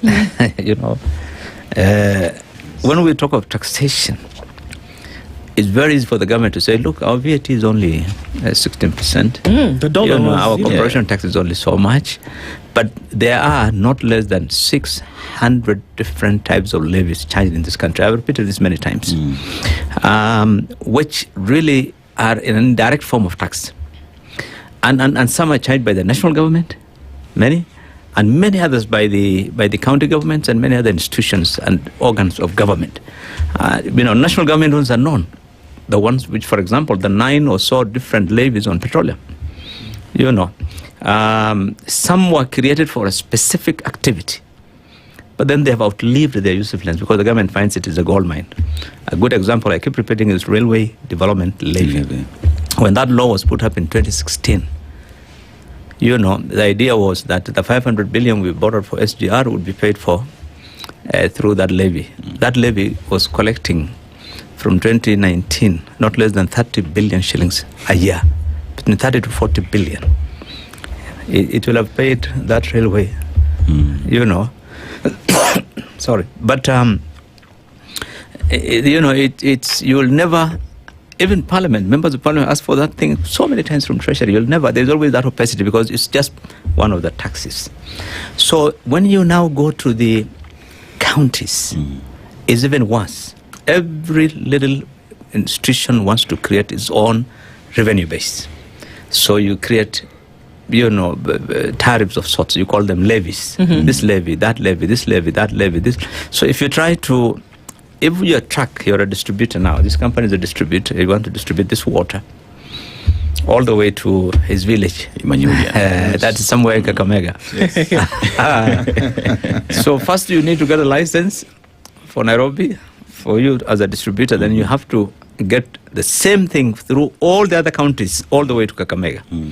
Then if you decide to put your name, Muluka and Company, on the truck, you have to again get licenses for branding for each of those counties. Otherwise, you would not dare pass Nakuru or any of those counties. They'd say, the enforcement officers, my friend, this vehicle, why you stop? Is distributing here? Yes, we need a license. So the cost of doing business, is so high that we have failed to become competitive. That's why, you found the CS Agriculture the other day complaining we're importing eggs. We're importing, tomatoes and everything. Right. So I think the challenge is on the policy. The government needs to understand that you can make more revenue by getting more people paying taxes. It's not really about just trying to, and now it's getting worse, by the way, because the last few months, I think the Treasury or the government has asked every government institution, state corporations and everyone, bring your levy, bring your own taxes, generate your own income. So now it's in the pipeline, one levy after another, and that's really the disincentive to business. So then would one say that the president was not being forthright in his assertions that, he's fixed the economy, because those are the words that he used. He's fixed the economy. That this challenge that Bilo and, Barack are saying it is a difficult one for government, he seems to have been able to, clear the summit, and that according to him that's been sorted. But from what we are saying so far on just those two things, job creation and fixing of the economy, that it doesn't seem as though what he said is the reality on the ground. And I know that there's some comments coming after this, but let's listen to what he said then about education and health moving forward, because he seems to have fixed that too. Was in shambles. I've hired 100,000 more teachers, built 23,000 more classrooms, and rolled out a new student funding model that now has made all our universities sustainable. I did promise that I would fix the health sector. We had 8 million people on social health insurance. Today we have 27.2 million people. We have improved services in hospitals. We are getting more medicine to hospital. We are getting more workers to hospital. We are getting more equipment to hospitals. He's fixed the education system. Those are the words that he used. He has built 23,000 new classrooms and has hired 100,000 teachers. That he has, put in place a funding model that essentially will see students get the money that they need to then get this education. So I can see you wanting to swallow, the stone in your throat, Barack, but just hang on for a minute. He's then gone to talk about health, and he said that he's fixed the health system. This is interesting because just yesterday, the Senate had a circus of a time, really upset about the Shah. And it took Okoh Mtata to read again from the Constitution what universal health coverage actually means. It took the Senator for Nairobi, Edwin Sifuna, to remind the House of the promises that the president made, saying that if you go to any medical facility and you're asked to pay any kind of money from your pocket, that you can report that individual who asks you to pay to us. This is what he said not too long ago. The promise was that you would then be able to, by virtue of the fact that you've registered for SHA and paid your premiums, that you would go to hospital and you would not have to spend a cent. But that seems to be changing along the way. But the president, just over the weekend, said that he's been able to fix these bugs and that all of this is working swimmingly well. Education fixed, health fixed. No? Barack? Yes, as we said earlier on, the president lives in his head. The president is about illusions, and the president is about optics. There is a saying in my village that if you cannot eat from the same pot that you have cooked and you present the meal before us, we should be very wary of that which you are serving us. When the health sector in this country shall be fixed eventually, the high and mighty shall die in our hospitals here like everyone else. They will not die outside the country. Then we shall know that health has been fixed. Their children will go to the same schools as the children of the rest of the people in this country. We cannot possibly be talking about having fixed education when we have got what looks like a multi-layered system of education that from one perspective you have got at the lowest tier of the pyramid, kids who are going through the CBC program in very poor schools, which we keep seeing all the time in media. Some of them where kids sit on stones. There's no classroom. Some sit under trees. We don't know about these statistics of 23,000 classrooms. There's no equipment. Kids have got to imagine. Some even imagine that they're in a swimming pool and you see them gliding their hands in the air, being told this is how to swim, this is the backstroke, and the like. Then you have got the higher end of that CBC, where children are in primary schools that offer CBC. The surprising thing is that not even within that layer do you find the children of our senior government officials. They are on foreign programs. They're on the Cambridge program. Right. They are in the International Baccalaureate. When they finish that, they go to private universities in the country, but mostly elsewhere.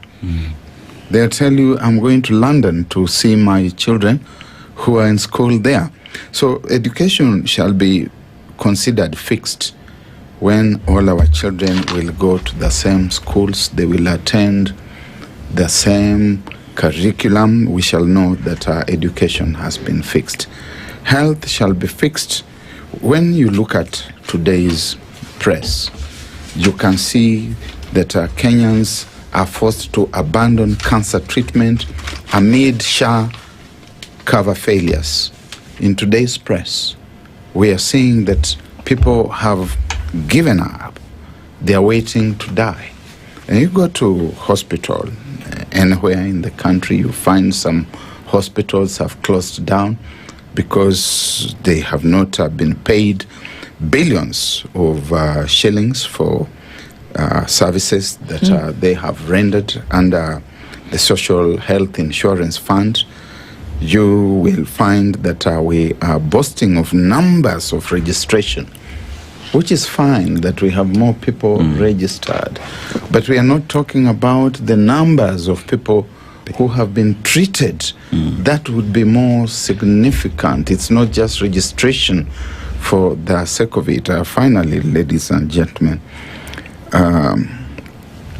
Mheshimiwa Bilo talks of better times about 30 years ago, and it should traumatize us that 30 years ago we are talking about the much maligned Kanu era, where things seem now to have been a lot better than they are today. And yet, any time we are looking for somebody and something to demonize, we talk about the Kanu era. And it will be remembered, for example, that here in Nairobi, or Eastlands, where I grew up, we could go to hospital in Lumumba. We didn't speak of NHIF or about SHIF or SHA. You went through the whole process, the triage. You went through the labs. You went to the pharmacy. You got your medications. And if for whatever reason you were not sorted out, your condition appeared a little more challenging, you were graduated to Rhodes Avenue Hospital here on Haile Selassie Avenue, or to Casino. And if that didn't work, you were elevated to the Kenyatta National Hospital, and all for free, not a single coin put down. And then you will see individuals who are saying that they are better than Kenyatta, Moi, Kibaki, and Uhuru rolled into one. We start wondering whether something is not wrong, thoroughly, irredeemably wrong with that kind of leadership. I mean, Kero, I want to look at a situation in terms of proper feedback that one would ever get, whether education is working or whether healthcare is working. So if you talk about education, that would be parents who are taking their children to school, and they would give you feedback in terms of how they've been asked to pay fees that, according to government, should be free, according to policy. You talk about Kenyans who are going to access healthcare. They are the ones who will tell you, because we are using SHA, we've been able to get A, B, C, D kind of services, and this is what we paid, or this is not what we paid. Yesterday, we talk about the Senate of the Republic of Kenya having discussions about SHA And I remember Senator Okoh describing his situation where his uncle was diagnosed with cancer, went to hospital. SHA covered, paid for 218,000 against a bill of 1.3 million. And according to him, he says, if I look at the promise that was given, the manifesto that was given, and frequent repeat communication that has been given by the president, SHA is not working. You look at a Kenyan out here who is using SHA, they would tell you that it is not working. When the president is speaking of having fixed the education, having fixed healthcare, one would say, listen to what your people are telling you on what you're reporting on. Is he lying? Does he not know? Or is he just assuming?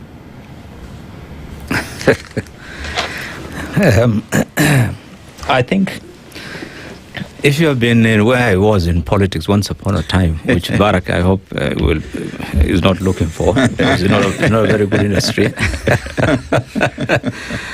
you would know that every government would want to always, give a reflection of optimism about their performance. It happens everywhere. You just look at the annual budget documents or statements from independence up to today. And you would think if all those things were there, the way every budget, every minister for finance was reading, then this country would have been another one. But that optimism always is the same. Everyone will want to score that we have done well. Any government, anywhere. But I think my understanding is that health and education matters are always work in progress. There's no way any government can say we have really resolved all issues relating to education or all issues relating to health. Even if you have all the money in the world, look at some of the richest countries in the Gulf. I mean, still all their leaders go out for medical treatment to the top places in Europe. Look at the US.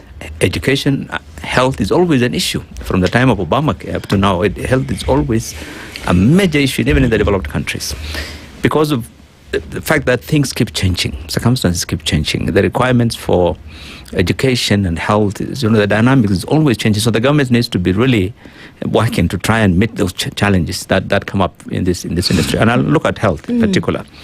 Now,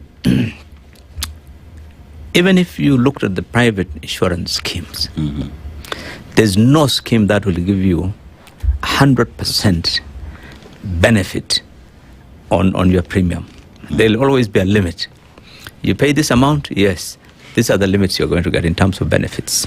If it's outpatient, inpatient, it's always limited. There's no way that an insurance, medical insurance cover would give you unlimited cover for cancer or for any other.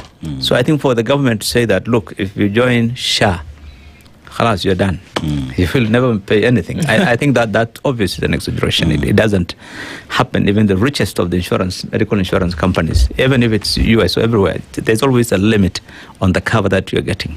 And it's always based on how much the cover is. But you cannot tell Kenyans that I register for SHA tomorrow morning and I go to the hospital, I will not pay anything. No, I think government needs to really do what the other medical insurance companies, the private sector wants to do. They come up with what are the premiums and what are the benefits you expect to get. I think that should be the reality.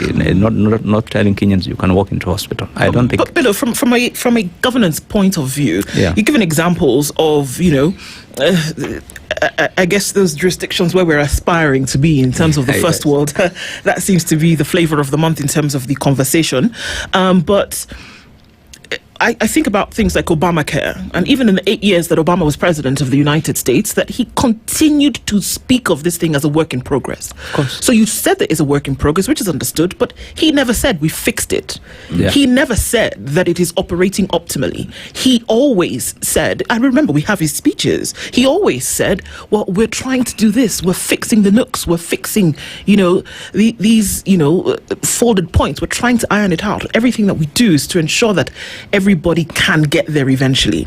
Same thing with the NHS, that Labour and Conservatives are they're fighting all the time to say, let's get the NHS in the UK to the point whereby people will then be able to realise that the taxes that they pay will get them this healthcare that they need eventually, right? Sure.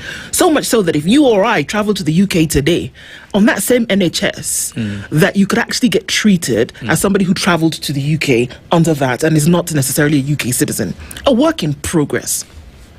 What would preclude the president from saying that this is a work in progress, this SHA thing? That's easy. I mean, what stops him from saying that we are working on the thing, we're trying to get it to the point whereby it is functioning? He basically said we fixed it and it's perfect. It's the leadership style. Okay. It's the management style. Look at Trump. Everything he says, I've fixed it. I have done it. Remember that interview of James Bay with William? Yes. He was like, what about the Congo? He says, I've fixed the peace and security. I said, no, there's still So some people would, he said, the optics. Some leaders want to do these things that way. That, look, I've succeeded. Even if it's a lie? So, but others would say, no, we're trying. There's nothing better for a leader to say, look, we're trying our best. Circumstances are tough, Kenyans. We have no resources. We're doing the best we can. These things of health take a long time. No country, even the developed countries, are struggling. So give us time, we'll resolve it. But to say, done, next one, done. I think government seems to be in a hurry. One of the challenges of this administration that I have seen, and I've repeated this many times, they seem to be in a hurry to do things which can't work, really. I mean, many of the things that government is supposed to do take time. And the second thing about it is that there is a cost implication in some of the policy changes. You want to introduce SHA, there's a cost to implement. So anything that has a cost of living impact on society, do gradually. Don't be in a hurry.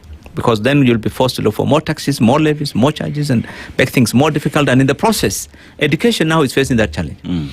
Because it's a very expensive system you're introducing in a very short time. You want to employ 100,000 teachers in 2-3 years. You want to put up tens of thousands of classrooms. So it's capitation is a major issue. Every day teachers are on strike, universities are not getting their money. So and you don't have the resources. And you want to do so many different things at the same time. Introduce a new system for help. And so that's why I always repeated that government does not need to be in a hurry. You can always defer some of those policies to another.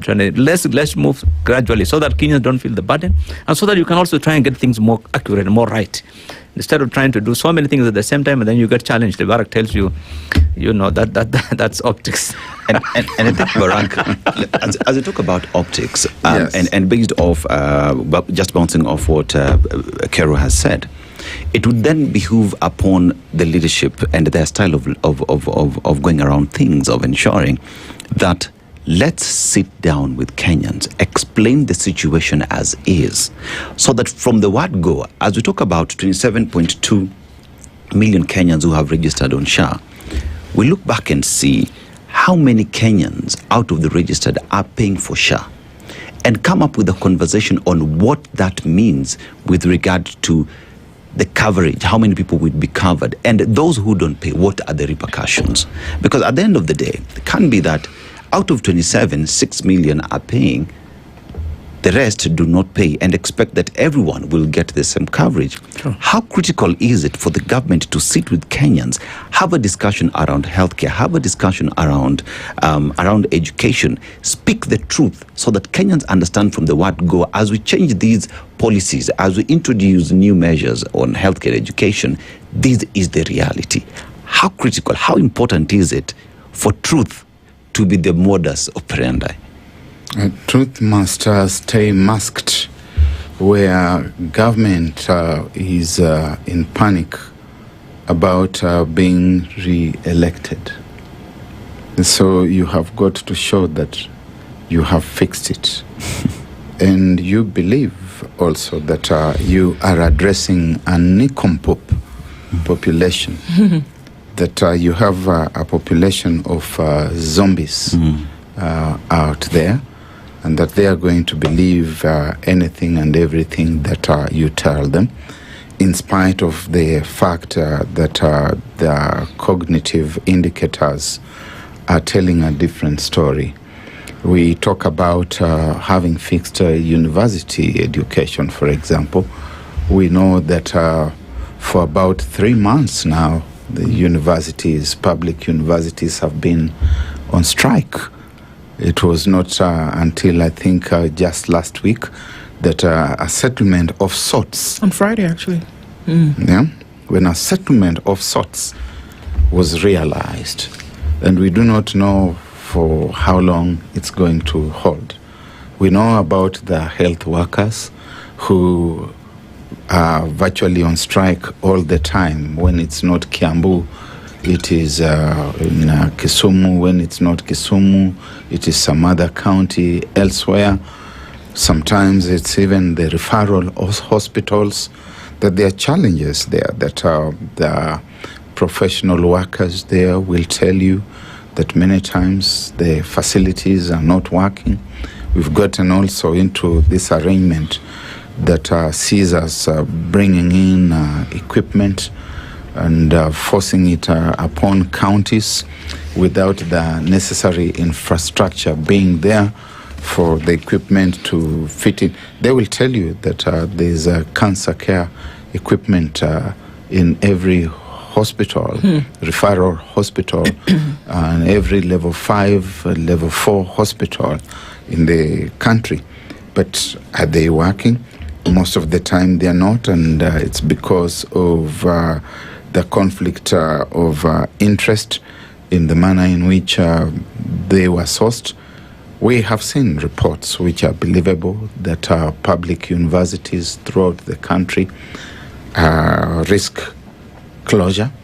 Even the foremost of them, Nairobi here, is broke, more broke than a church mouse. Moi University is in the doldrums, and there are others, Egerton, and others which are also in those spaces.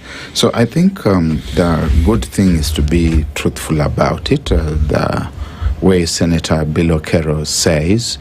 But we find that to be risky, because if you say that, you would be admitting failure. The truth is risky? Yes, at this point, the truth for the president to the Kenyans who are hoping for a better tomorrow or even a better today, essentially telling the truth to them about the real situation is a risky move. It is. You remember there was a time when Simeon Nyachae was Minister for Finance, and he told members of Parliament, Senator, that we were broke, that the country was broke. And the following day he was moved from the Ministry of Finance to a less conspicuous waiting room as they waited to show him the ultimate road out. I gather from the experts, and I'm happy that Senator Bill Okoh is here, that out of every 10 bob, we are probably using 8 to 9 bob to pay debt. 9 out of 10 bob. That means you are remaining with 1 bob. For everything else that you was doing. Unfortunately, so if you are remaining with 1 bob and you have got salaries to pay, you have got development to do, you have got bribes to take, what really remains? I would really love the senator here to tell us how we are ever going to get out of that hole. You know, one of the things, when I went before NADCO in Bomas, I told them was that this country needs a conversation. If I was the president of this country, which I'm not, we would call for a meeting. There are experts in this country. Call Kenyans for a conversation. Let's sit. Gentlemen, this is our situation. We don't have gold, we don't have oil. You have some gold. We are not selling. we have some gold. Our situation is 7 or 8 shillings out of every 10 shillings you pay is going for debt. Don't ask me how that debt happened. That's a long story. But what do we do? But if you don't do that, And instead, you want to go to Kambani tomorrow, you're expected to come with goodies. The next day, Kolomani people are waiting for you to visit, and then you have to go with some promises. So you'll be making promises and promises and promises and promises, which you cannot fulfill. At the end of the day, then you're told, oh, this guy, this president, he doesn't keep his word and he's not saying the truth. And so you get into all these things. Then on top of that, you're coming with all these national policies that you want to do at the same time, education, health, so many. So I think that is the unfortunate thing, that look, as he says, truth in election, in politics is risky. Because it will cost you your votes in future. So, and I think that's the sad thing, that in Kenya we have become politics center. There is this feeling in Kenya that we cannot develop this country unless we have that system of governance that Barack would want, a democracy, elections, fair. If you do that, then every other time the election is over, the next election process starts again. His team will start setting up. So, and you're fighting that opposition. So it becomes, we're just getting involved in. There was a time I kept repeating this story. We went with President Uhuru to China, and I remember meeting with the Prime Minister or the PM of China, and it was when I think he was looking for the SGR loan or something. This guy said, you guys, your country, I don't think you'll go very far because of the politics. You guys are talking and talking and talking, because everything needs to be, if you want to do SGR, Barack will say, no, it's a bad idea, it should not pass here. Go and do it in another place. And so we are not going to go in. And so, although that is the challenge we have, but there's no doubt that the single most important challenge, which is why we are paying 9 out of 10 to this loans, is because of corruption. It is. So unless we really deal with that, look, Barack, I was trying to do some exercise. Yes. This is the work this investigative journalist needs to do nowadays. I'm talking kufanya kazi. But we collected last year, we expect to collect close to 3 trillion shillings in taxes, which is huge, by the way, relative to all the countries in East Africa combined. Still collect more revenue than all of them combined. But if you now add up all the other levies that the government collects, the 600 plus different levies, we'll collect not less than 4 or 5 trillion in this country. Oh my That's Lord. what Kenyans pay. I'm telling you. We have to take a break at this point. We're going to come back after the break and we're going to look into this a little bit more because then we also need to look at human rights and things like that. It's interesting that you say that, because in a morning here, we just did a few things here below and we found 300 billion in an hour. We found it, disappearing here and there, but we were able to find 300 billion. Imagine what you can do in 24 hours. It's 8:01. We're continuing this conversation with Dr. Barack Muluka and Bill Okoh. When we come back, don't go away. It's 8:08. It is now 8 a.m. with ICEA Lion. It is time to plan ahead with ICEA Lion. What's your plan? The latest news from around the world. 94.4 Spice FM.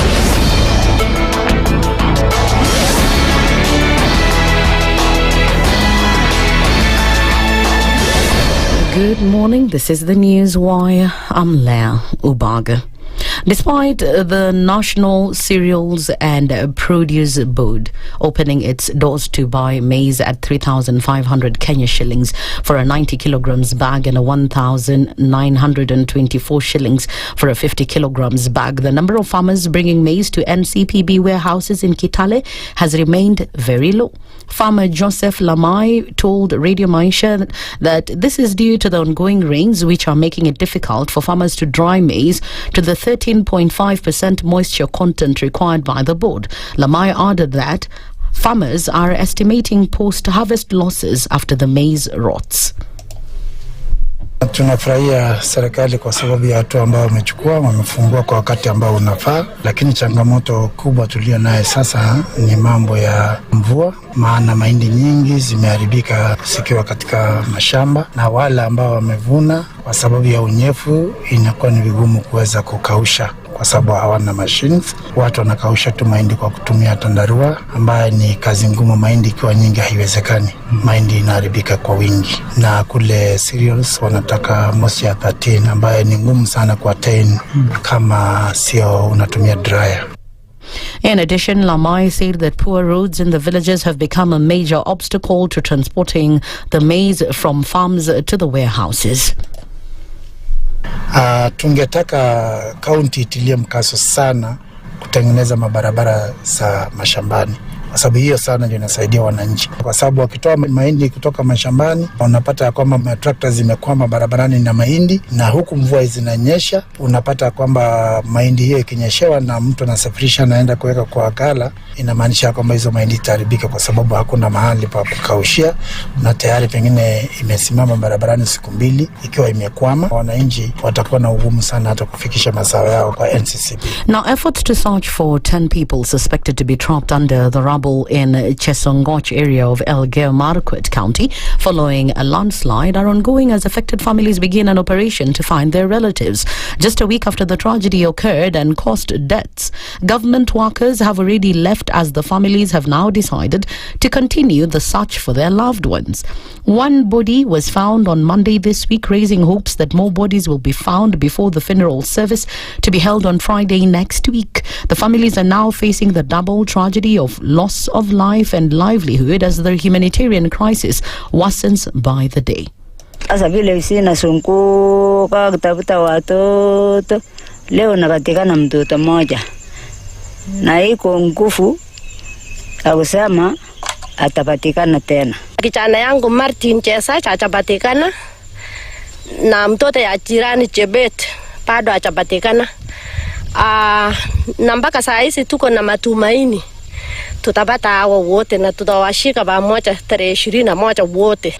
And finally, the government has moved to calm fears of looming power rationing following remarks by President William Ruto suggesting that between 5 p.m. and 10 p.m. the state has been forced to cut power in some areas to keep the grid stable. Principal Secretary for Energy Alex Washira now says that Kenya has a sufficient supply of energy and that the president is only calling for increased generation to hasten industrialization. The story began in Doha, Qatar, when President Ruto attended the Second World Summit for Social Development. While addressing a section of Kenyans, the president made remarks indicating that the government has been shutting off power supply in some parts of the country between 5 p.m. and 10 p.m. to keep the national grid stable. That's the News Wire. I'm Leo Baga, and remember to continue enjoying the EPL marches across our radio stations. That is Berur, Radio Maisha, and right here on Spice FM.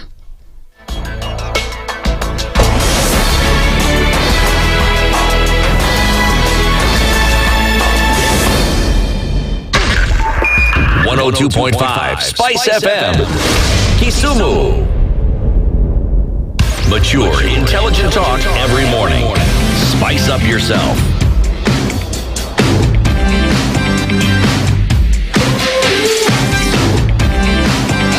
Mornings done right.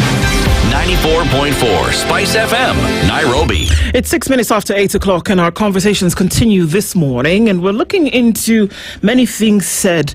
And even as we were on that break, I thought to myself, is it possible that the president knows that he's being untruthful about some of these things that happen, or that what the real situation is in the country at the moment? So we ended the hour, we've gone through 4 of them, and it seems, according to our guests in the studio today, Bill Okoh and Dr. Barak Maluka, we're at 0 for 4. Unfortunately, that if you get a 30%, or if you get a 40%, still you're not even hit the pass mark at in whatever level. Education, if somebody needs you to be breathing at 96% with 96 to 98% oxygen and you're at 40%, you're probably dead, right? So far, it looks like the score is not what it's said to be. During this interview, the president did say a number of other things. And why this is important is because the person who has the instruments of power, the person with whom the buck stops, the CEO of the country, is painting a picture. It's not painting, has painted a picture with large brushstrokes about the situation in the country. And perhaps the picture is not as pretty for the people of the nation. Let's listen to some other things that he said, which brought the administration under serious scrutiny in 2024. And that was, of course, the question was posed to him that you give such a glowing picture of, what you've done: fix the economy, fix education, fix the healthcare system, created jobs, and fix the unemployment issue. That's done and dusted. But the people seem to be complaining. And we'll play a series of things that he said about the Gen Z protests and the things that he then did after that. And unfortunately, the shoot to kill order, which he says he has no regrets about. I made, including how to empower the young people, from education to creating jobs to making sure that there is health to making sure that we have food. I have kept my commitment. You told at one point police to shoot protesters in the legs. Surely live fire is not something that should be used in protests. Do you regret those comments? I don't regret those comments at all, because the law allows the police to use force when other people's lives are in danger. Surely there are ways of doing that without using live ammunition. That is according to you. I think the police know what they need to do. And the police, by the way, understand that it is within their purview. That is why when I came into office, I ensured that the police was independent. All right. In that first playback, what the president said, Dr. Muluka, is that he's put in the necessary safeguards to ensure that the things for which people were protesting in 2024 cease to be. They are now a thing of the past, and that's all sorted out, and there are no more complaints. Yes, let's start with the shoot-to-kill order, which His Excellency the President does not regret. And he says it very, very sharply. No, that's according to you. First, he defines himself as living in a different moral environment, a different moral community, where the universal standards of human rights do not count for anything. At the very minimum, we would expect him to regret that there arises a situation in which the head of state is compelled to make those kinds of pronouncements. At the very minimum, shift that regret to a situation that then makes it a kind of obligatory, that sort of very unfortunate pronouncement must be made. Government exists first and foremost to protect life and limb and property. It does not exist to break them. Second, and more to your point directly, there are issues which the president announced when he had a moment of further reflection, because when he came out the first time after the Gen Z uprisings, he looked and sounded more like Samia Suluhu across the border, saying we are going to round them up and we are going to deal with them very, very ruthlessly. But after a couple of hours, he came back and said, we are retracting the finance bill, and we are also taking the following measures, which measures included, of course, getting rid of the cabinet, barring 2 people. He talked about advisors, the number of advisors being cut down drastically. They have soon returned in full force, like the demon who comes back with his relatives saying, let's go back to our house. It's properly clean. He talked about foreign travel. He talked about getting rid of unnecessary spending in government offices. It's all back. All these things that he talked about.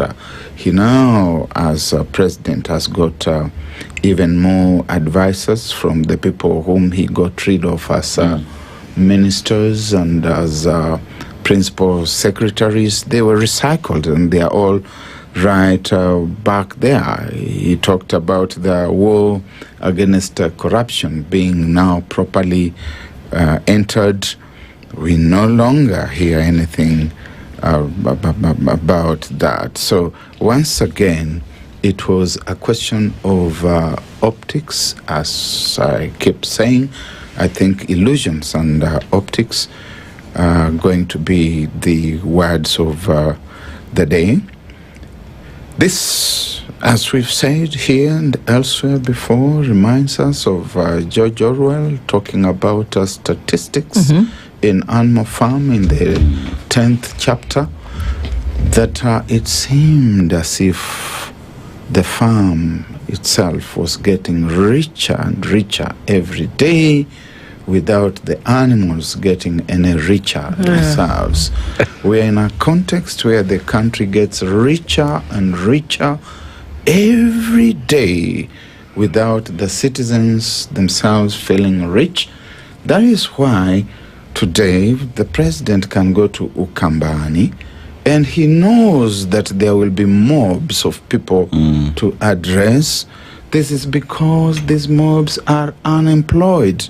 There are people whom you just materialize, and they also materialize from nowhere to be addressed, some in the hope that they will be able to pick up some of the money that is being dished around. And you see, Barack, you talk about monies that will be dished around and promises that are given by the roadside, and one would ask, when were they budgeted for? Because that's pretty much the question. But we look at respect for human rights in the country, and if you look at Article 244, the objects and functions of the National Police Service, the police are required to strive for the highest standards of professionalism and discipline, prevent corruption and promote transparency and accountability, and to train staff to respect human rights and dignity.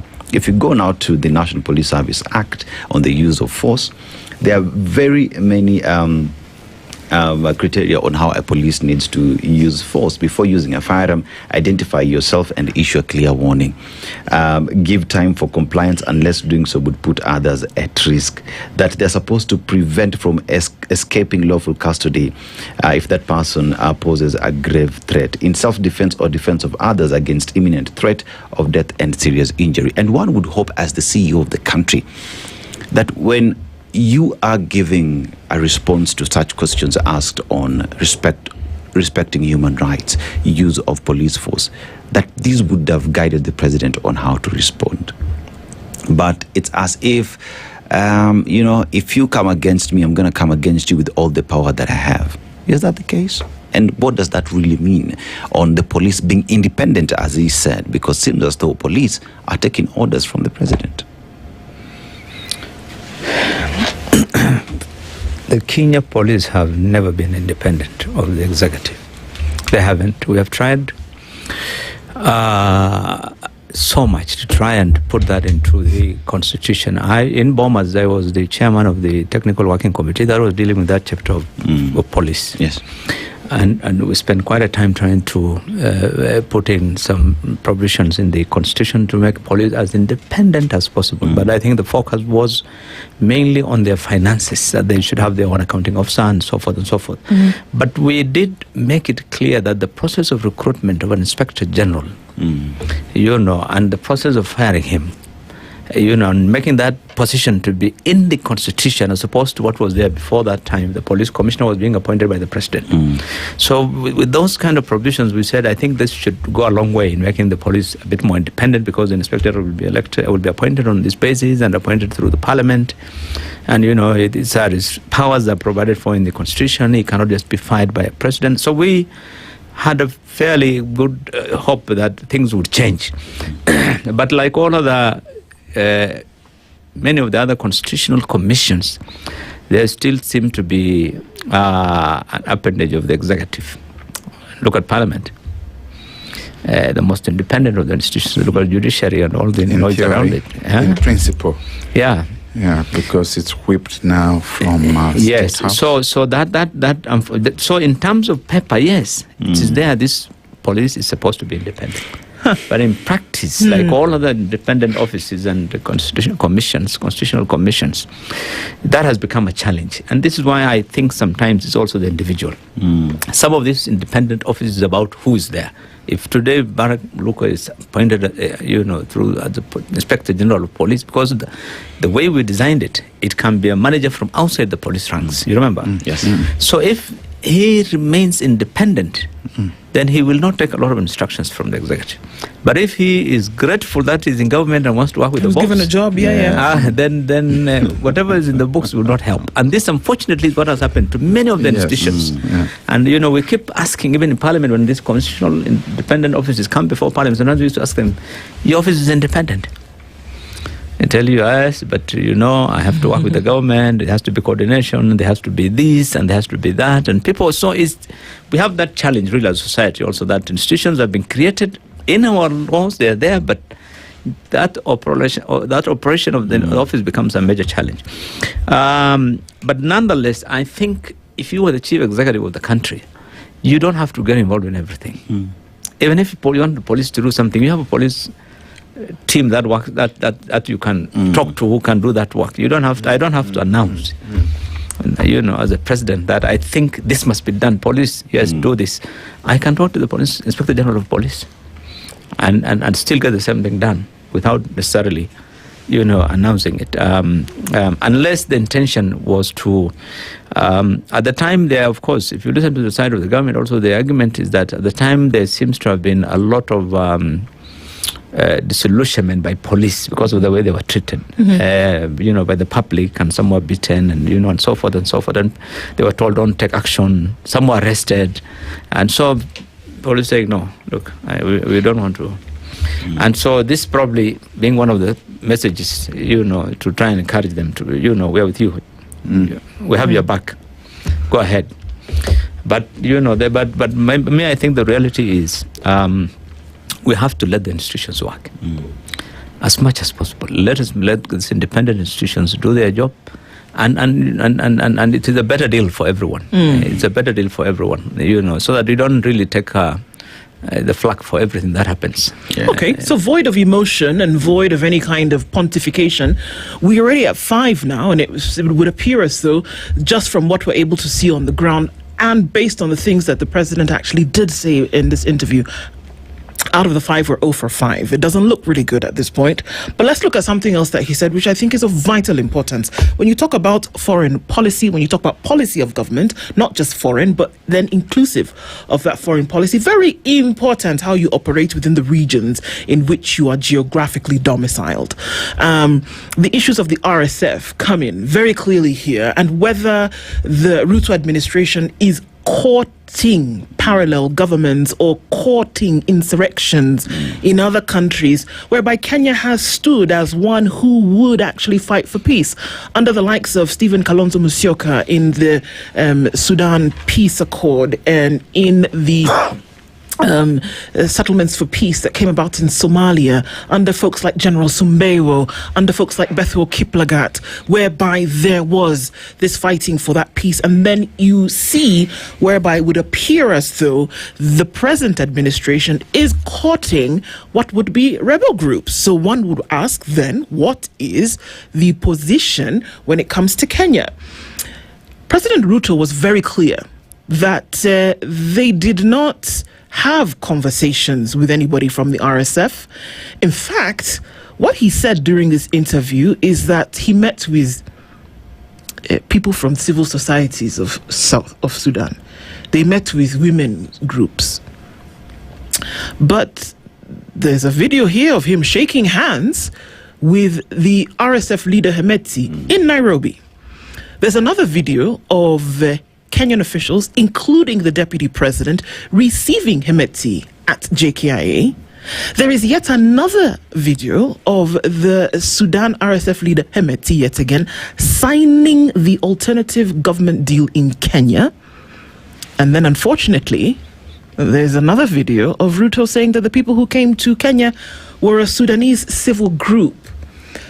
And this is where I'm confused, because I have to ask the what would be seemingly naive question that Why would you say this, that you are not having these conversations with an individual who is widely seen as one that you don't want to dabble with, especially when there is a constitutionally established government in Sudan, right? And this is a rebel group who's come to set up a parallel government. You give audience in Kenya, you're essentially saying that you side with them. You've given them the space, so you're okay with their activities. This is in the public eye. Your deputy shook hands. They signed a deal in Nairobi. Why would you say that that did not occur and that the folks who came in were women's groups and civil groups from Sudan? Why? I think President William Ruto should never have given that interview. They say that people who live in glass houses should not throw stones. This is a typical example of an individual in a glass house going out there to throw stones. He shouldn't have given that interview. But his eagerness for publicity was such that when he hears that this particular global network would like to interview you, he is excited, and so he goes to the set. And I doubt that he even gives his communications team the opportunity to prepare him for the interview. Because if we are the communications team and we are preparing you for the interview, we would invite ourselves and you also to think about the very worst questions that would be asked. And we think about the most satisfactory answers that we are going to give. And if we find that we are in a dead end, we tell you, Your Excellency, skip that for are very busy, you have other things to deal with. Because this is in the public domain. Everyone knows that Hemeti came here. He was received by Rigathi Gachagua, and Rigathi Gachagua has spoken about it quite convincingly. He took him to State House, and we could see that the red carpet was rolled out. You don't just roll out the red carpet for anyone. And we have had all manner of narratives around that. Maybe some of them stretched out a little bit, but there's cause to believe that. When you look at the entire East African community region today, it looks like one hugely expanded crime scene.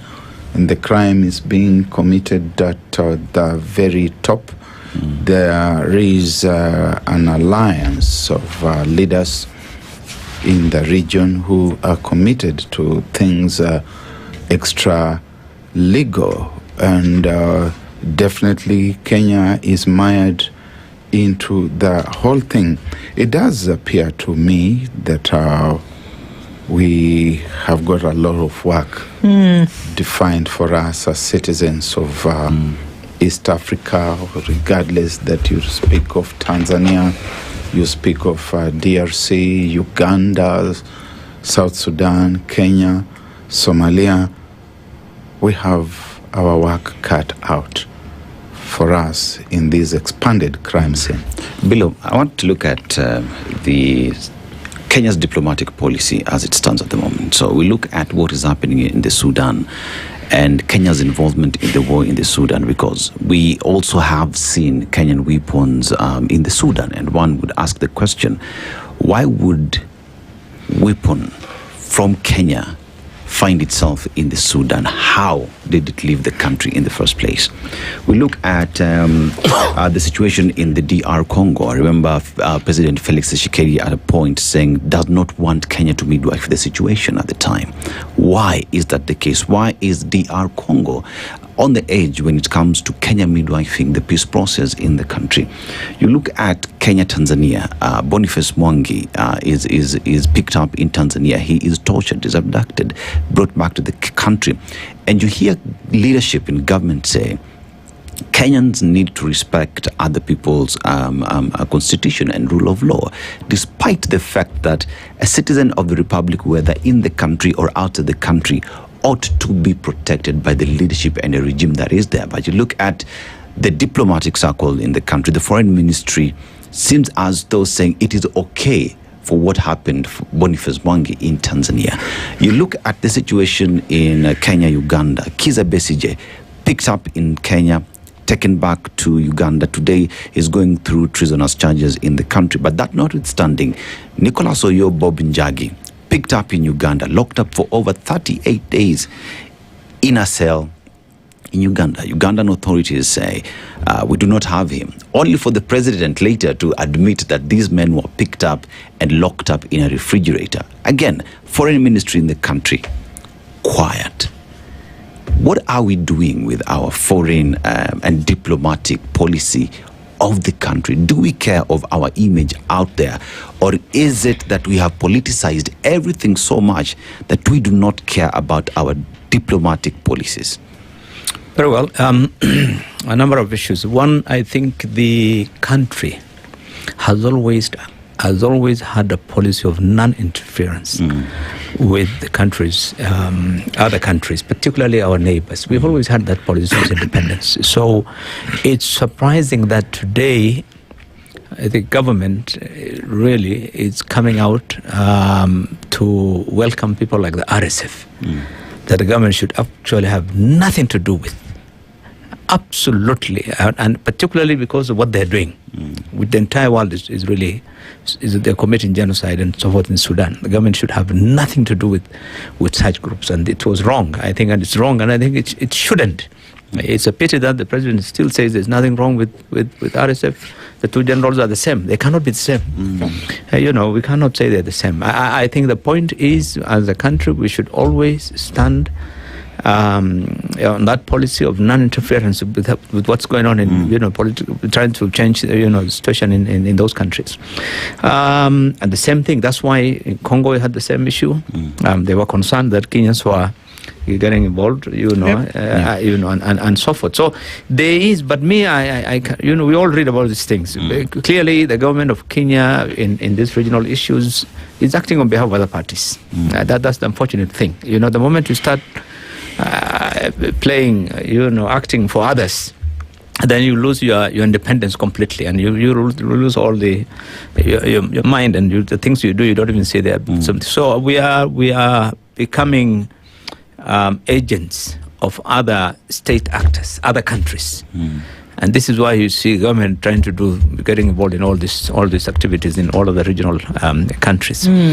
On these other issues of the Kenyans, there seems to have been, because I dealt with this matter during the time of Kibaki, and even during the time of Muluka will say that was because it was about terrorism. But the reality is, under Kibaki, so many Kenyans were arrested here, picked at night, kidnapped, and taken to Uganda. You remember? And I remember the Minister for Justice, Mutula Kilonzo, issuing statements, because there was a court ruling here that those people have been illegally taken out of Kenya. Can they be brought back?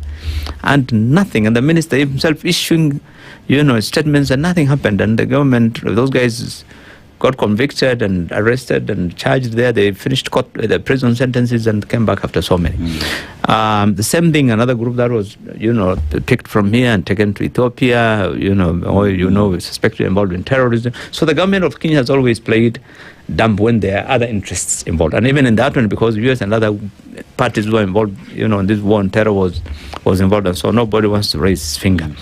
So I think to some extent, when there is a party or the other that is involved, then the government would play pussyfoot, and they don't want to take any action. Whether it's Muluka who's arrested in Kampala or Tanzania, it really doesn't matter if there's some other bigger issues they're trying to protect. But in the recent ones, I think the ones of Njeri and all these things, this one clearly is politics. Okay. I mean, if you are my opponent and you're making my life difficult here, and you got arrested there, the better they'll celebrate. They'll say, oh, let him be held there for a few, as Museveni says, in the fridge for a few more weeks. That was just, I think that was politics. It's interesting because the president did have a few things to say about what happened in Tanzania during the just concluded election, which saw, according to what they said, Samia Suluhu Hassan, re-elected as president. We'll listen in to what he had to say about that. Tanzania. It is. It seems a bit fishy. 97%, doesn't it? Well, in a democracy, for example, in Kenya, you can never get 96%. So it's not a democracy anymore, then? That is you saying. Every country have a way of them doing their stuff. But I think the primary thing is democracy is the best governance system. It's not tidy always. It is not always easy, because there are all manner of moving parts. But I think we must work together to ensure that we protect democracy. What would the protection of democracy look like? Barak, your brow is furrowed as though you're not quite sure what the president may have been saying in that last bit there. But what would progressive democracy then look like? 97% doesn't seem to be it.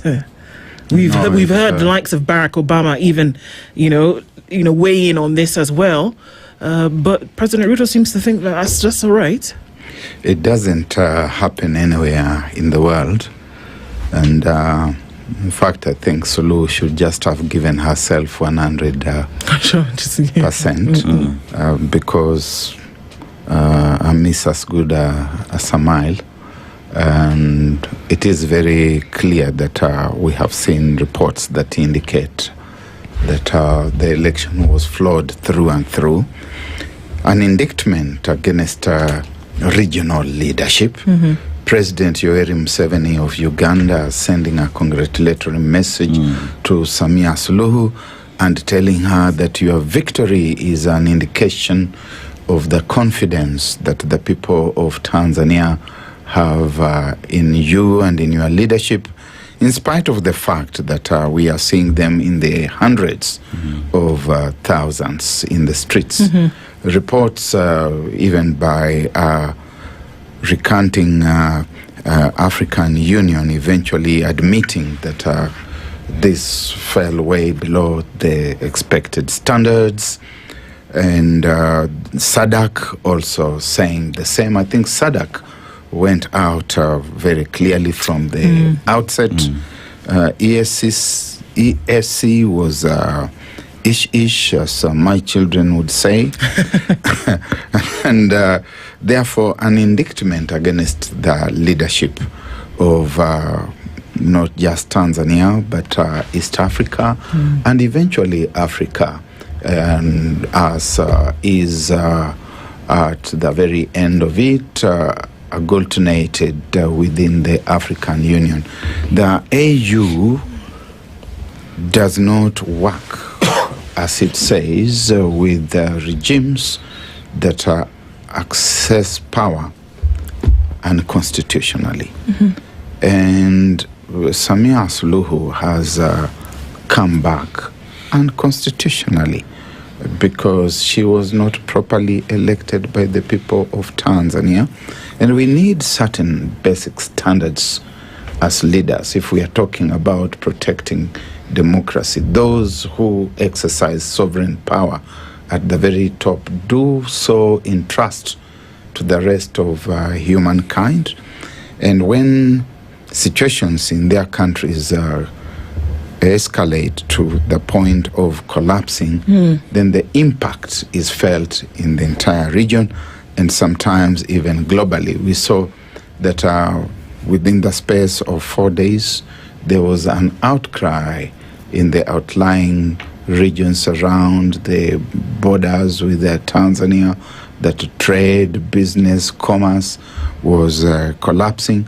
And you get to a point where even the isolation senator, where we say these are now our internal affairs, that others should not comment.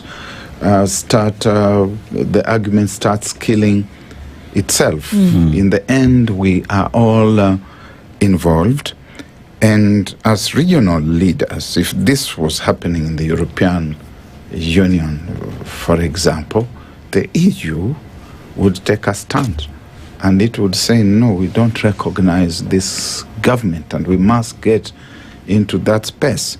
If the African Union suspends Mali, Niger, South Sudan, and Burkina Faso, because they're saying that the person in power has not got there constitutionally, do constitutions say that you will seize power using guns, killing thousands of people because you were previously properly elected, so you must hold on to power? Indeed, the AU statutes say that if you will refuse to relinquish power after being defeated in a democratic election, you should not be allowed to go on your country, and your government will be suspended. You are not going to attend the meetings of the African Union or to participate in the decisions. And we must get to a point where people like the presidents of East Africa speak plainly about these things that are happening. Is President William Ruto preparing Kenyans for a similar happening as that which has happened in Tanzania? For him to say it's not for anybody else to speak about that. These are the questions we must ask. Is President Yoweri Museveni preparing Uganda and East Africa for their own version of what has happened in Tanzania? And I think my question, my question, Bill, before you just chime in, would be, as we talk about the regional leaders, President William Ruto as well sent his congratulatory message. We saw Deputy President Kithure Kindiki present at the swearing-in ceremony. And you look at the East Africa region, President William Ruto being the chairperson of the region, and seemingly has been really quiet. What do we read from that? President who? Ruto, being the chairperson of the EAC is quiet. Very well. This is a matter I want to take a few minutes on, because on some things I agree with Barack, on others I may not agree with him. It's a fact that in many of the African countries, the level of democracy, really, when you come to the election, it's really wanting. It's not something to write home about. And it's a large number of countries. I think only a handful of countries in Africa have elections similar to the ones Kenya has. Even in this region, I think there are very few. I mean, if you look at in Rwanda, the president always gets 99%. It's not been a big deal. Uganda has never allowed Besigye to run fairly. Never mind whatever percentage. It's always been the same. You go to Djibouti, you go to Ethiopia, all the time when Zenawi and everybody. So it seems to be across the board that there are very few countries, indeed, not more than a handful in Africa, where people go into real competitive elections like the ones that. So to the extent that I think Ruto says it won't happen in Kenya. I mean, we don't get 96%. This is a fact. I mean, he knows it's a fact that you can't get into that kind of situation in Kenya. But there was a time when I was in the African Parliament in South Africa, and I went for as observers to a number of elections in Kenya, Angola, in Africa, Angola, Nigeria, and several. I'm telling you, there are no elections in many of these countries. Absolutely. I mean, Tanzania would become a democracy if you see what happens in many of those other African countries. The elections are conducted by a ministry, and the turnout is 10%. And the Ministry of Interior, which conducts the election, will do whatever they want, and African Union will still observe, and the elections will be concluded, and the country goes on. And let me tell you this: there are many factors. I think I've mentioned this earlier. that determine how things go forward. A lot depends on some actors outside, you know, countries in the West particularly, who determine what happens. If they're happy with X as being the president, it doesn't matter how that person got into power. And those regional countries can't say much. And that person will get endorsed and that election will go on and nothing will happen. If they don't like you, even if you won the election, in a fair election like ours, you'll still get in trouble. They'll still say in a fair election like Kenya's? Even if it happened, and they are not amused, you will get a lot of flack from media, international and everything, because you are not in good books or politically correct with some. But I think there's no doubt that we need to have freedoms in the way we conduct our business. Without freedoms, there'll be no proper, there'll be no, even the security and stability and all these things are now dependent on how the country governs itself. But to expect that a country like Kenya a president would go out and criticize the way the former Botswana president talked about Tanzania or Uganda or Rwanda, I don't think that will happen anytime soon. They won't. Because why? For the simple reasons that if they do, the same will be done tomorrow to you. And that's what I mean when I say that they're probably preparing. No, even if it's not prepared, but nobody would want to throw stones. You said when you are living in a glass house. Let me finish, Barak. When you are living in a glass house means even your election, even in ours where the competitiveness is always 51. In 2007 we said it was stolen. In 2013 we said it was stolen. In 2017 it was actually declared by the Supreme Court. Uhuru came in with 98. The other party did not participate. So, I mean, if you start looking at criticizing the others, then you also start getting in trouble with yours. Well, couldn't one argue even I think that is the argument why I think we are saying the same thing, Senator, ladies and gentlemen. The percentages are neither here nor there. I operate in the qualitative space rather than yourself, Senator, who operates in the quantitative space. I look at the quality of the elections, and it is the same. I think we shouldn't flatter ourselves by any degree of imagination that we are better because the level of theft in our environment is lower, that someone gets 50-something, while in another country they get 90-something.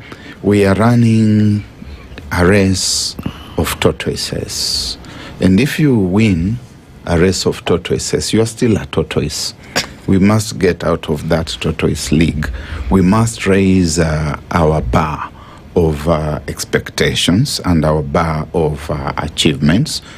The continent of Africa, when we look at the African Union from the early 60s to where we are, self-determination has been very high on the cards, and we must continue to talk about self-determination. It was one of the reasons why the Union came into existence, and there can be no self-determination without the consent of the governed. So if we look at a country that has got a Ministry of Interior sitting down and choreographing and coming up with what it's calling the elections and is saying that this is the one who has been elected, Africa must increasingly resist. It must increasingly be able to say no if we are going to get away from this unending delirium of flawed elections and violence.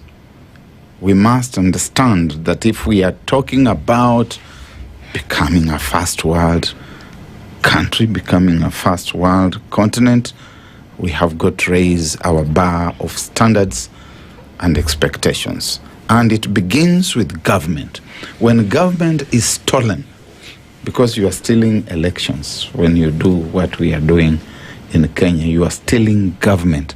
When you have stolen government, then you are ready to steal everything else that goes with government, with being in government.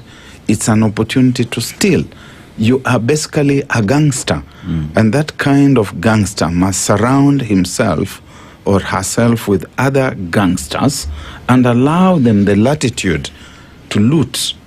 And when they have been allowed the latitude to loot, Mheshimiwa Senator, coming a bit into your quantitative space, then you capture public finance, you capture public procurement, you capture public audit, you capture the legislature, you capture the security apparatus, and so you are on a free roll of misrule. Let me I want to separate the issue of being a first world or developed from the democracy, because you can actually be developed without having any democracy. And we've seen it in the Gulf countries, all those monarchies that are on the first lane. We have seen China with its communists, whatever, it's on the first lane. So it's and other countries we have seen in the past, Singapore and others that have developed in the same way. But the issue of democracy for countries like ours, it's really important. One of the things which I agree with what the President said is that Kenya is the center of everything in the region. Why? I think it's largely because of the democracy. And democracy is not only about our elections and whatever. Yes, it's even the legal infrastructure, the governance and the law and order. You know, if somebody throws you a bottle of water, you can go to a court and and get some rights and so forth. And right. It's not something you can take for granted in many other countries. I set up business in Uganda, Tanzania, Rwanda. There was a time when I was active, and even all the way to DRC. You can't compare that environment if you got used to the Kenyan environment in terms of the many other factors you look at, collectively, in terms of the freedoms and in terms of the laws and in terms of the the robustness of our systems and so forth. So there are many factors that you look at, but I agree that in matters of elections that we are doing in this part of the world, that they're getting a bit more murky and murky. I mean, it's not getting better. So would you not agree that then would be a sign of the direction in which you're going to, if you are unable to have the process through which a leader is selected, at the very least to be seen to be, not even to be seen to be fair and clear. I'm not even going to say free, clear in terms of who the leader was and how he or she was selected. If you can't do that, and look across the board, look across the continent, it has a direct bearing of all of these things that we've talked about that the president then would have alluded to. It has a bearing then on how you're going to be able to sort out your education. It has a bearing on how you sort out your healthcare and your economy. If it can't be clear how you chose the person who's going to lead on all these fronts, how possibly then will you be able to do all of these other things if the platform or the process through which you were selected is not clear? Can we then expect you to do all of these things that we're talking about? It's getting murkier and more difficult is because leadership in many of our countries, this included, is all about resources. You are getting to lead and not to provide service and not to change the lives of the ordinary folks, but it's also an opportunity. It's about the opportunity for you to make resources, whether it's from the MP all the way up to the president. And this is why it's life and death. This is why you find then when you are challenged, your election is being challenged, even by the Supreme Court. In the Supreme Court, still people are not accepting the, and so we remember what happened to the Supreme Court when they nullified the election. But the reality is ours has become about resources. So we are continuously, that's why our election, the moment it ends, the next campaign starts. It's about power. It's about getting into that position. Because when you are in power, when you are in government, you are everything.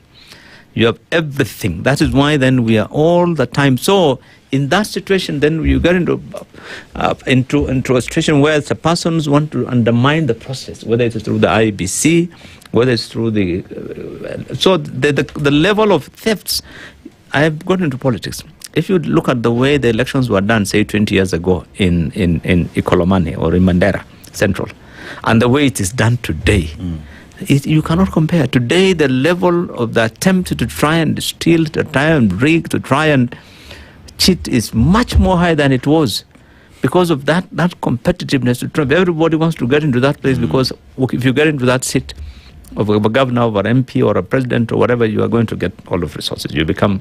So that the level of... That's what I'm saying, it's going to get murkier and murkier. And so Not because of a design by, say, William Ruto or someone, but I think it's because of the way that whole architecture of leadership has agitates towards taking advantage of that office to create wealth for themselves and resources for themselves. And so this is unfortunately where the things are headed. So in every little election, at MCA, at MP, it's always about people are going to rig you out, and they'll be cheating, and they'll be attempt to.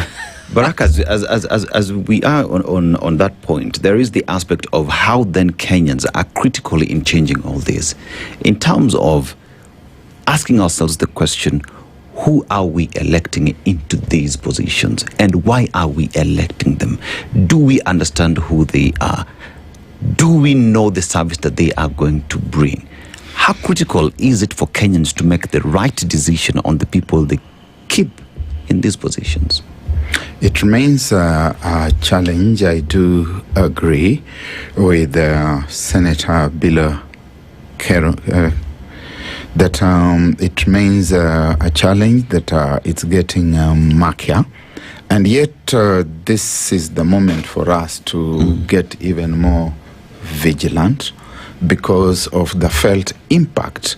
You are having a state that becomes unashamedly, increasingly and correspondingly, as it gets murkier, it gets by geometrical proportion also more and more of a rogue state. And there's no pretense. When people arrived in power in 2002, John Mark told us that people said it was their turn to eat. And so it becomes very clear that we are here to eat. And if you are disturbing us, you are going to be arrested in Uganda, in Kenya, in Tanzania, wherever it is, because you are speaking out against this. An ever-expanding number of people now want to become MCAs, they want to become MPs, they want to become president. I agree, because of the opportunities that they are seeing for self-enrichment. But it's also true that the African revolution that Frantz Fanon was dreaming about, senator in the 1940s and 50s, is now here. That we also have the dividend of a youthful population that has been denied opportunities, because democracy, as we say, is not necessarily about the casting of the vote. It's also about the opportunities that exist in the country and the access to those opportunities. If we are developing an education system that is churning out hundreds of thousands of youth in our countries, in fact millions, when we look at the region collectively every year, and we are proud to say that we have graduated so many, but we do not have the absorptive capacity.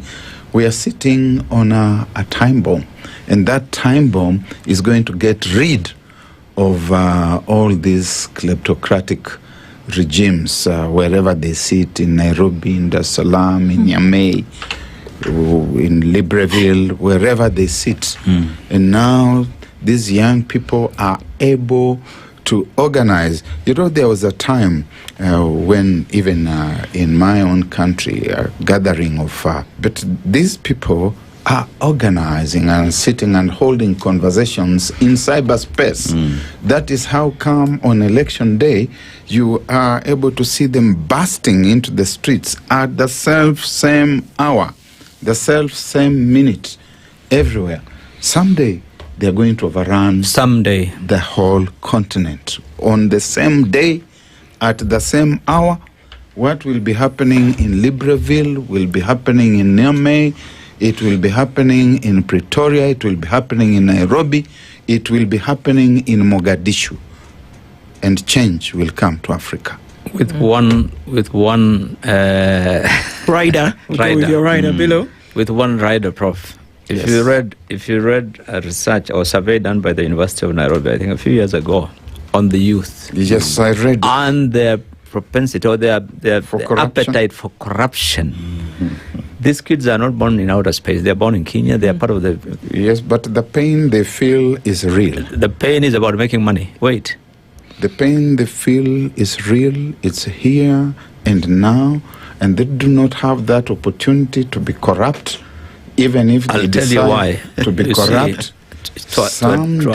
To answer your question, we always talked on that line. Why don't the youth get into parliament? Women are better. Why don't they get into parliament? They all got in youth. A lot of youth are in parliament. A lot of women got into parliament. But ask Barack why then they change and they conform. I believe there's a bottle of water everybody drinks when they get into the thing. With Kool-Aid. It's not that easy that when I look at you, I see hope. You have been through those processes and you have come out unscathed. When I see you, I see hope. And we have youth whom we can believe in. Yeah. So let's let me conclude by saying on this African countries thing, one of the challenges we've had for a long time is interference from Western countries on whom they want to be the leader. Unfortunately, that has been a major issue. They determined a lot of things that are happening behind the scenes, and they want Barack. So Barack gets in through whatever crooked. Even in the last election we had, by the way, you had a lot of stories about our servers were being monitored from US or from where. Stories are so many. But what I know is before Somalia went down, Siad Barre was a very close guy to the US. And they would not listen, that this guy, people were tired. They want to replace him. They said no. They loved him. So now he was a blue-eyed boy for the US. All of them. So to some extent, those things are now going away. They are so busy with themselves. That's why when Gachagua went to the US and says, guys, let me do something. Come, Nairobi, this guy. But they have no time for you nowadays because they are so busy with their own things. But there is no doubt that we have a big challenge domestically within our own communities, because why is our IEBC or Electoral Commission every other term, they have to be replaced? And they always go out in the most dignified manner, white, because of what has happened in the election. So we select through a very, whatever process, and they get there, and then you know what happens. We have a challenge, but I agree with you. We should remain optimist. And let us continue talking. But also be involved in the processes. Yes. And if you take a poll from that as an example, we started at 8 out of 10. It seems as though the results from that poll that we took this morning are inverted, because 80% of the votes cast today seem to think that they would rate the President Ruto's administration at a 2 or less out of 10. Wow. These are Kenyans who are speaking about what they see, and it's not just emotional. Bill Okoh and Dr. Barack Maluka, thank you for joining us this morning to be able to open this up. It's very clear what Kenyans ought to do, or how the rest of the citizens of this continent have to start to think. But beyond the think, the doing is just as important. Thank you for being here with us this morning. It's very interesting that we can be able to look at a plan. ICEA asks you also to remember that even as you get into life, looking at your today and your tomorrow, that you think about the plan. What plans do you have for your future? Talk to the folks at ICEA. They'll help you bring it out. Good morning at 9:01.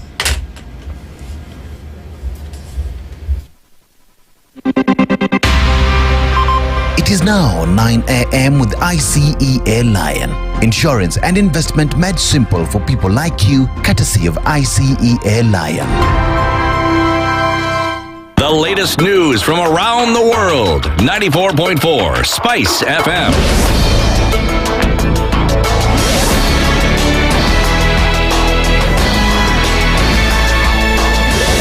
Good morning. This is the News Wire. I'm Leah Ubaga. President William Ruto today begins a 4-day visit to the Ukambani region. His tour starts in Makueni County, where he'll launch the Mikuyu Bridge in Kilome constituency, inaugurate the Imali Ukia Road project, and inspect ongoing affordable housing construction in Watertown.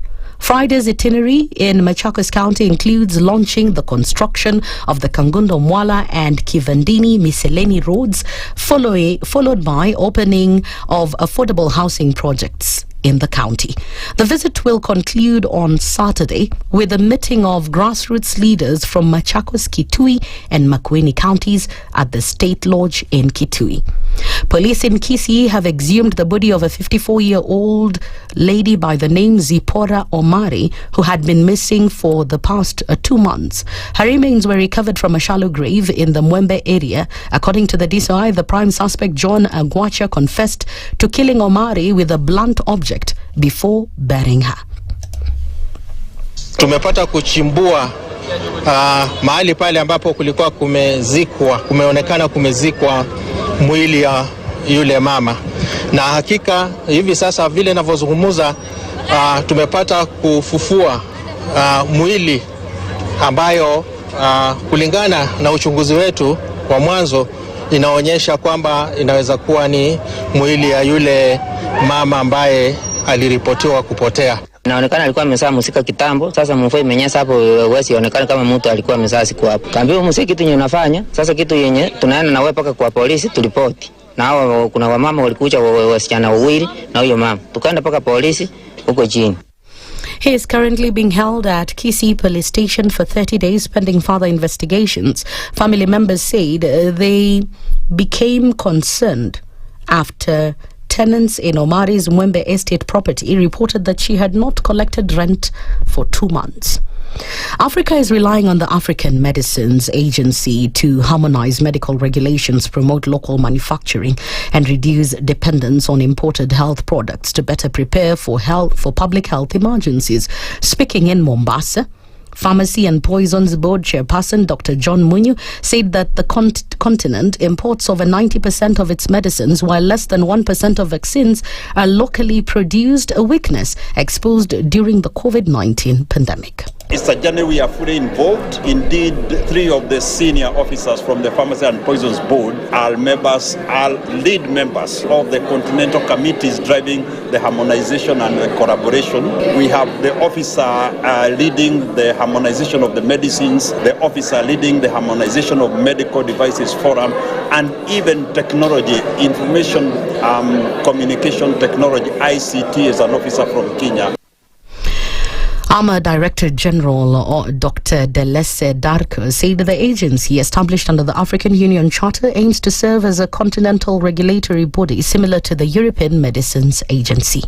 It took a long time for Africans to get access to COVID vaccines. With the African Medicines Agency, if Africa wants needed access to medicines very, very quickly, the African Medicines Agency can do that. The African Medicines Agency is also established to ensure that local industry can thrive in Africa. We will coordinate the manufacture of complex products in Africa, vaccines, what we call monoclonal antibodies, medical devices, to be able to test for monkeypox, COVID, all sorts of complex diseases that we could not in the past test for.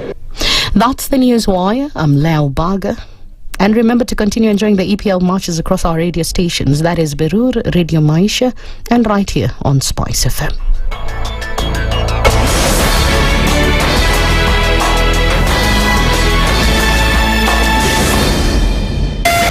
.4 Spice FM, Nairobi.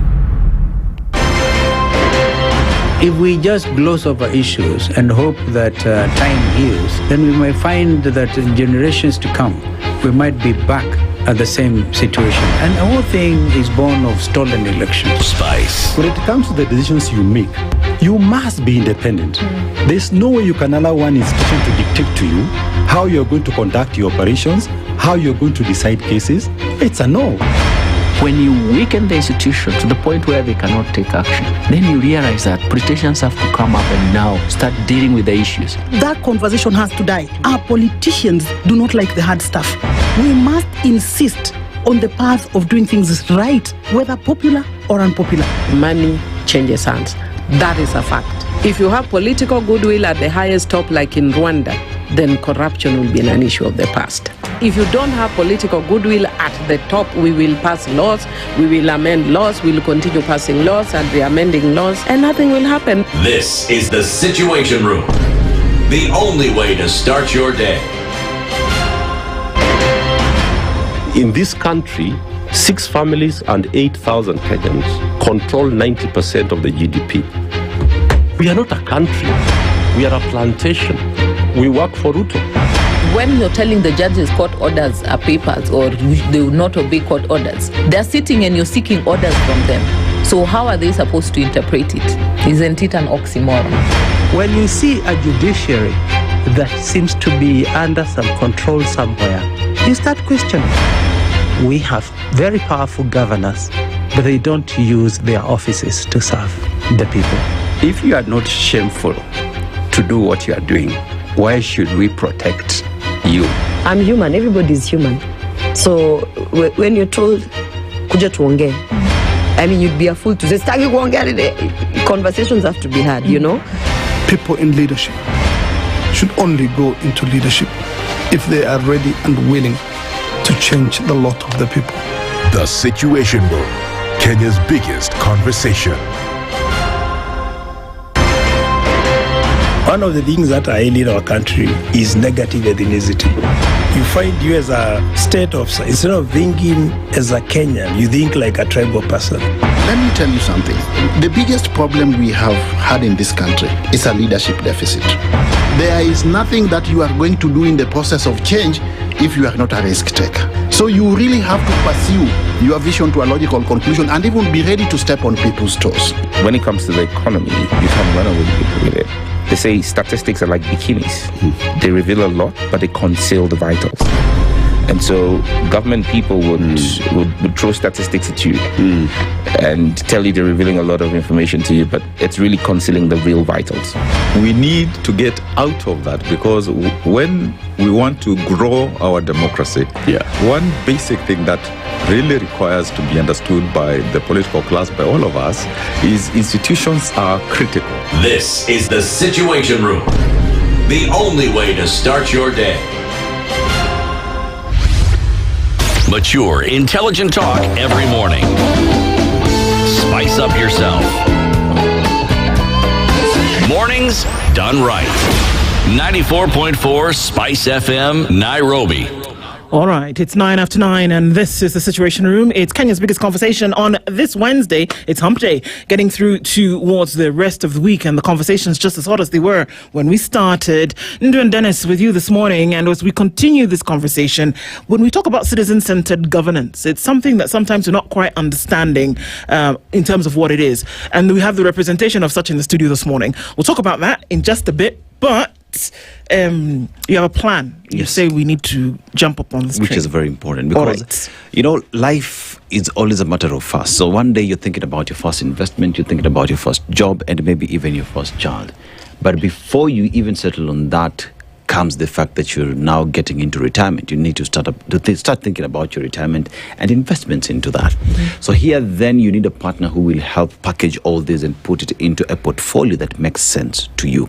Enter ICEA Lion, who says that wherever you are in life, they have you covered and have you sorted. Because planning ahead isn't just for some, it is for everyone. So if you're thinking of a plan, you're thinking of how you will be thinking about your retirement, your investment and money market finance and all that, ICEA is there to sort you out. ICEA Lion is helping you protect, grow and plan for every life's growth and legacy. There you go. Fantastic. And in terms of having a plan, you definitely need to have one. You don't just into the future. You need to panga. All right. Kupanga. Okay. Fantastic.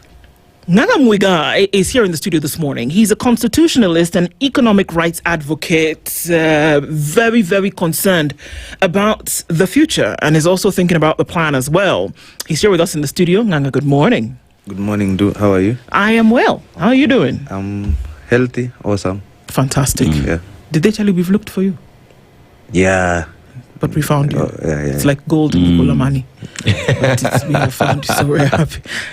Thank you for coming this morning, because you embody the conversations that we have in this room every day, and to then be able to see such things brought to life is a breath of fresh air. And as we have this conversation this morning, we talk about citizen-centered governance. So it's not about you, it's about the people and the information and knowledge that we ought to have. So we'll get into all of this in just a bit. But as we do on this show, Dennis wants to share today's proverb. We'd love to get your interpretation of it. So today we are in Sierra Leone, a beautiful country with a lot of resources. We talk about titanium, gold, diamond, fish that continue to push the country's economy. But from them as well, we have a proverb. The mouth that eats salt must also drink water. How would you interpret that? That the mouth that eats salt must also drink water. Must also drink water. That if based on what I do, I'd interpret it as someone that is in a position of leadership should also ensure that things go well. Or in the middle of problems, or if you're dealing with problems, you should also offer solution. Yes, find solutions. So that's it. Fantastic. So that point, water becomes your solution to the task. If there's salt, find the water. Find the water. Yes, isn't it? But you guys, you don't take proverbs from people? From people? What is your proverb? Give us yours. My best of all time is my best philosopher of all time is a Tanzanian musician. He's a rapper. He's called Farid Kubanda, Fid Q, and he has a line in one of his songs. He says, "Baya lisilo ni dhuru, ni jema lisilo na faida." Do you understand that?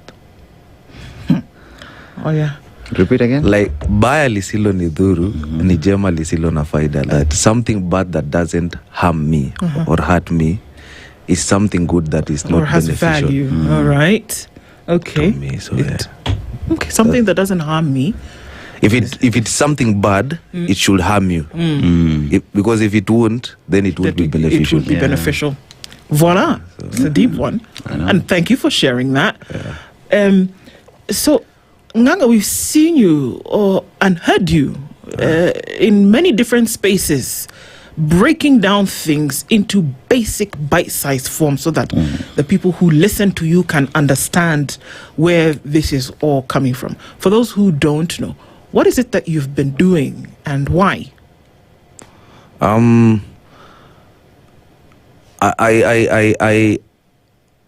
was blessed to grow up in a very good home. I can say, like, growing up, I grew up in very good homes. A very big part of my life, I was raised by my grandfather. My grandfather went to school with the other Chief Justice. I don't know if it's the late, Ivan Gisheru. They were classmates. So I used to be told about Ivan Gisheru from morning to evening. And the importance of knowing things to do with life and governance and taking the serious things serious. My father knows a lot now. My father knows a lot. Like, I grew up knowing a lot that I didn't know were important. Then also there's a certain time I stayed in Nakuru, and I was also in a very good home. They were very politically active. And then now the best of it all is when I went to Kakamega High School. I went there for high school. And the school principal there, called Mr. Oliver Sunguti Minishi, is the guy who insisted that, Nganga, you know what? Always do the serious things. So I was in drama, I was in debate, I was in journalism. I represented Kenya in Rwanda for iDebate. I won the Kenya debate contest, Great Debaters contest. I represented Kenya against other countries in Africa, and I came back a champion. And I remember when I was leaving school, he called me and he told me, you know what, go out there and do the serious things. So, of course, when I went to campus, I was always focusing on politics, like the serious things. Right. So it's not by accident. I am well rooted in these things. So that's where I come from. Okay. Yeah. And you're breaking it down and you're letting people know that this is what this individual is supposed to do at whatever level. This is what an MCA should do. This is what a member of parliament should do. Why are those things important? People are going to the vote in another year and a half.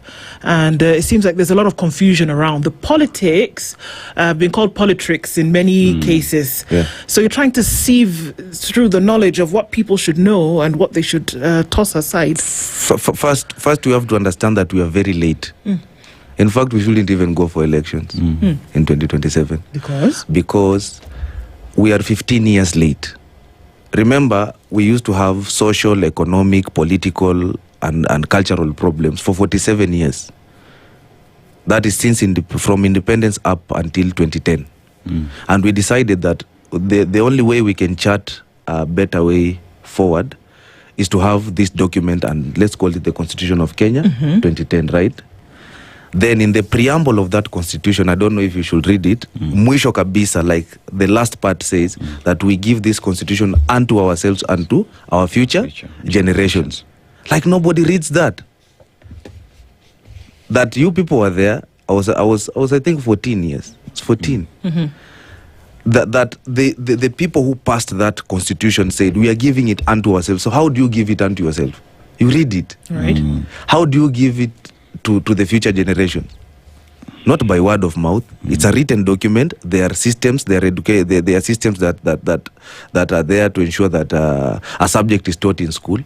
So the constitution should have been inculcated into our curriculum 15 years ago. We are in this limbo because we did not do that. You go ahead to change the system of governance, where you say now we are going to have the national government and the devolved government. But then, these people don't even know what their role is.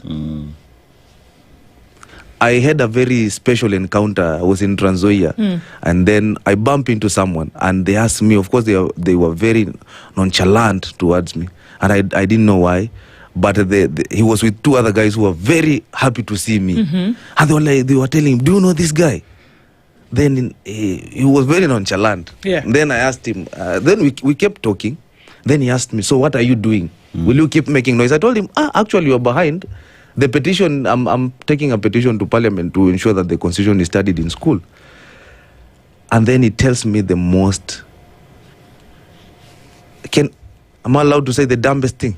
Go ahead. The dumbest thing ever. He tells me that, the Constitution is a parliamentary document. Oh, Lord, no. Okay. How will they even listen to you? And I'm like, okay. They'll just shelve it. And I'm like, okay. So I come to realize it's a CEC. But this is way later. So I just tell him, it's like 50 years, 55. So I talked to him, and I nearly leaned forward, and I told him, next time, out of respect for your age, I don't know what you do and I don't know who you are, never say something so uninformed like that. Never say something so that doesn't match your dressing code. Like he was well dressed, But you can imagine that man still believes, and he works for the county. That the Constitution is a parliamentary document. He believes it's not a document that should even be handled or discussed by the people. Yeah. So even by their own matrix, they have failed. Right? Why do I keep insisting this? Why do I keep insisting that we should not even go for elections? It's because we have 2 teams, or 3 teams, or 4 teams who say, we want you to vote us. And then you ask them, for what? So that you do what? Oh, tumalize ufisadi, tumalize corruption, tumalize ukabila, tumalize nini. But where are those things? Hakuna ukabila Kenya. I've not seen tribalism in Kenya. It's just a construct it's a political construct, right? But then I can permit the politicians for saying that, right? But when the people don't understand why they are voting, then that is not permissible. Do you think that the people of Kenya, to a large extent, and in terms of numbers now, population percentage, that people don't know why they are voting, that they know that elections will come on the second Tuesday of August every 5 years. Yes. They know this in terms of a process. Yeah. But from what you're saying is that people don't actually know why they are going to do this. Is that what you mean? I have gone to the most rural in Kenya myself and asked people, what is the role of an MP? I've asked people in Moi University, how much money has the president given the counties this year? Do you know what shocked me? That they even attempted to answer that question. And remember, these are university students who wametoka home, and where they come from, they are trusted. They are entrusted with a lot, that these ones will give us direction. But they don't even know the president does not give money. So one said 400 billion, the other one said, and I was like, so you don't even know how money moves in this republic. You don't know who allocates what where. People say MPs do oversight. Then you ask them, what is oversight? But can't folks be justified? We see the president doling out money. We see it happening, Mungai. We see it happening. The president does give out money. He gives money to churches. The other day, somebody talked about somebody having a medical bill, and the president, according to her, gave 2 million shillings for their bill to be sorted out because Shah fell short. Schools are being built, churches are being built to the tune of 20 million shillings. You go to State House, 100 million shillings is given to teachers who showed up 10,000 in their numbers. So that person is justified in their thought. They see the president giving out money. They cannot separate between that action and the law, the constitution. How do we help? For Christians, the Bible says, in Hosea 4:6, that my people suffer because of lack ignorance, of knowledge. right? So that suffering is justified. Okay. Right? This particular one? Yes, it's All justified. Right. You cannot blame something that you created. What is government? It's a creation of the people through the ballot, right? So the way they are is the way we are. Ignorant people vote ignorant people who make ignorant laws with ignorant effects. Are we okay up to that? Up to there, yep. We have to accept that politics has served its role in this republic and it has come to an end. That is why we are arguing about things that don't matter. 1 term, 2 term, 4 term, 5 term. At the end of the day, it doesn't matter as long as you don't know what? The law.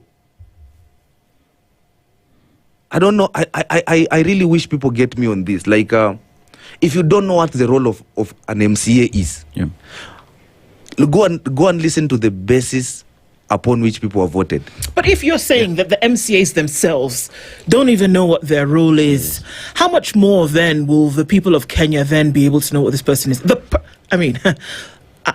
I'm a journalist. Yeah. I went to school. Yeah. And I know what I'm supposed to. If a member of the county assembly is unaware of what they are supposed to be doing in the role that they've been elected to then execute, and I don't even want to pass out blame here to the people. What expectation do we place on the shoulders of the people, number one, who vote them in, and then later on during their term, the expectations that they have of this individual who doesn't know his nose from another opening?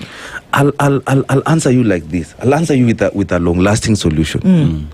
I keep saying we have to admit that what was expected of us in the last 15 years has not happened. We have not enlightened the masses on this constitution. So they base their decisions on religious factors. People will always look for reason to do something, right? Yep. There are people who have voted on claims that he's a Christian. He looks like a good guy. Yeah. Like others say, unajua ni kijana. All those things. There's no such a qualification in the constitution.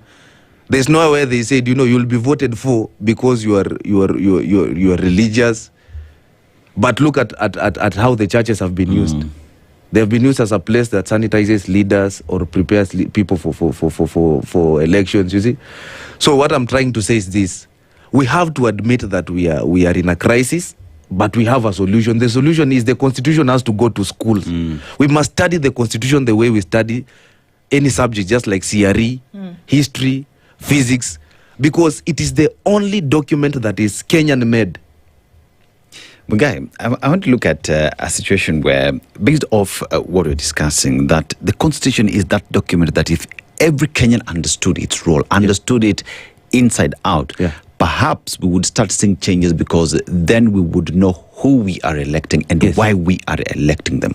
But on the flip side, the political class of the country understands that Kenyans have not taken interest in studying this document.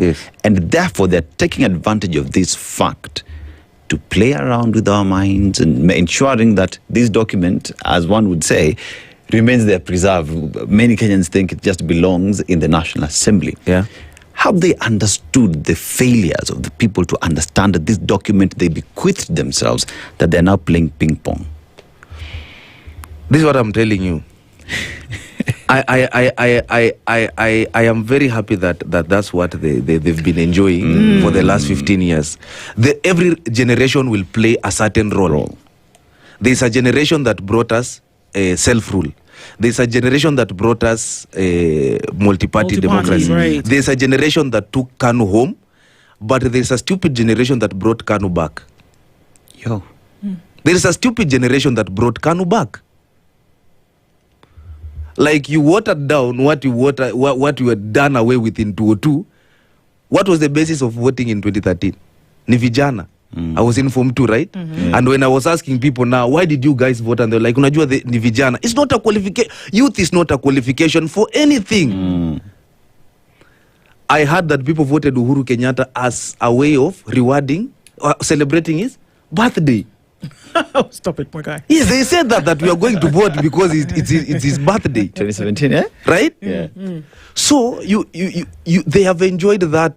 There's a generation that ensured that KANU went home in 2002. There's a generation that ensured that, you know what, this country will never fight again on political basis again. That decided, you know what, after 2007 to 2008, let's have a new constitution and we solve these things once and for all. Now, there's a generation that now took us back to Egypt. That the people who voted in 2013. Because look at our country. In 2013, that was 50 years since independence. What was our debt? 1.8 trillion. 2013 to now? It just hit 12 trillion, right? But the same 12 trillion cannot be felt and seen in the economy.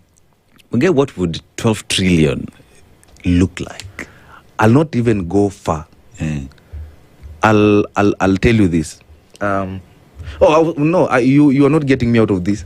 I was telling you now the role of my generation. The role of my generation is now to ensure that nobody will ever die in the streets again because of being an active citizen. Nobody will ever be abducted. Nobody will ever be arrested and charged on false grounds.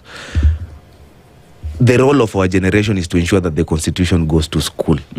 That's the role of our generation. In fact, when you heard people saying last year that, we are tribeless, fearless, leaderless, what they were simply saying is, we just care about everything working. We don't care who's in charge.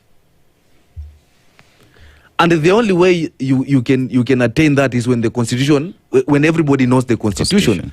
You'll vote leaders who know what is expected of them, and the people will vote knowing also what is expected of them. That, you know what, if we elect you and you go there and you don't do the work you're supposed to do, within 2 years we can recall you. You ask people, what is the process of recall in Kenya? I'm like, hiyo inawezekana kweli? I'm like, it's in the Constitution. If you feel this man is not working, it's in the Constitution. So I think I needed to put that out first before you asked me anything. So what was your question? My question was, you've talked about, you've painted a picture of where Kenya was in 2013. And where we are in terms of debt. And one would argue that if Kenyans also understood what the budget is, how much the country has collected, what 12 trillion shillings that has been borrowed, what that would look like in a country. So let's say, let's use the country's budget, 4 trillion shillings. Yeah. What would that money do to the country today? No, let's ask ourselves this. Let's ask ourselves, how did we get here? Right? I keep telling people that everything started going wrong in Kenya in 2014. The people who passed that act that allows the treasury, and you know, when you say the treasury is simply the president, because the treasury the treasury simply is the executive, right? To be able to pay suppliers without that money hitting the consolidated fund. That's where the problem was.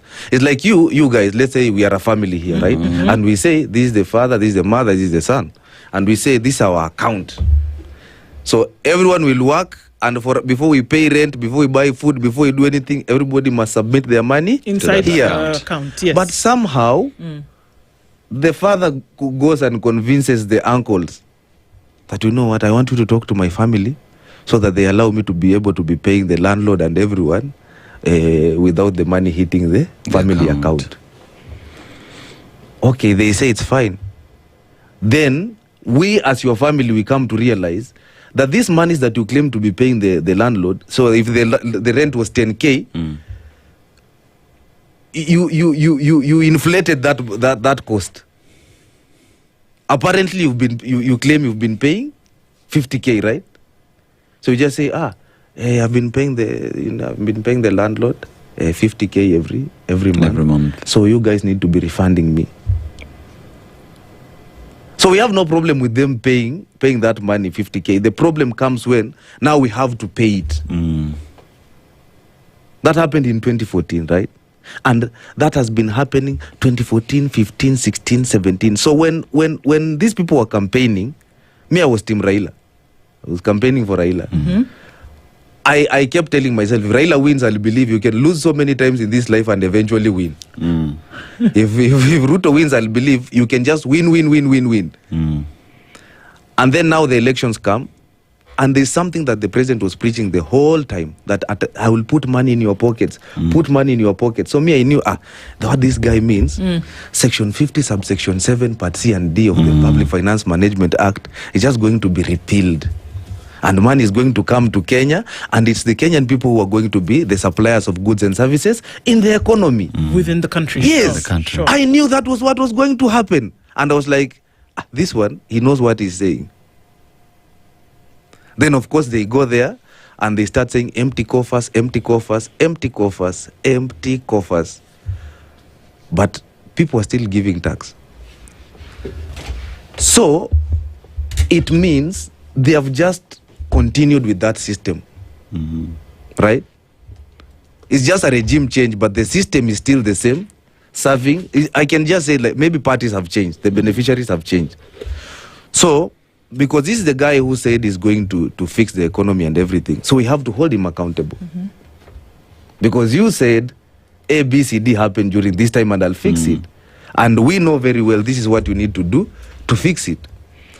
So you asked me what does 4 trillion look like. I'll tell you what 4.2 trillion looks like, because that is the money that we've given for development since 2023 up to now, right? Yes. Okay, hold on. 4.23 trillion shillings, money given towards development since 2023, from 2023 January. Yes. Because, 2022 September, after the swearing in, and a couple of things happening after that, 100 days after that, we're at January 2023. Yes. All right, go. So that money, when we were looking at it, we realized what was the problem. What brought maandamano last year? People were saying, wanauza airport, Adani, right? Oh, so we needed an airport. So out of this development expenditure that we have allowed them to have, we should have done an airport 1.5 times or twice JKIA at a cost of 1.1 trillion shillings. So would have been finished. We will have been, ingeisha tungekuwa sasa tumemaliza. Hiyo tu ilikuwa issue. Okay, tungekuwa tumemaliza. Okay, what was the other issue? Tunataka tujenge mabarabara, tufanye nini? Okay, very nice. We could have done 10,000 kilometers of roads, and that means roads all over Kenya at a cost of 150 million Kenyan shillings per kilometer. So what was the other problem? Masomo, watoto wetu, we have seen, wanasomea chini ya mti. Very well. We could have done classrooms, 100,000 classrooms. Do you know what it means to have 100,000 top up? On top of what it On is top, already there. it means no child in Kenya would be studying under a tree. So we could have added 100,000 classes at a cost of 1.2 million Kenyan shillings per class. What else was there? What was the other problem? Tunajenga stadium, tunafanya nini? Very well. We could have done what is this thing that they are saying now? They were saying dams, the strategy of the we could have done 47 dams at a cost of 20 billion Kenyan shilling per dam.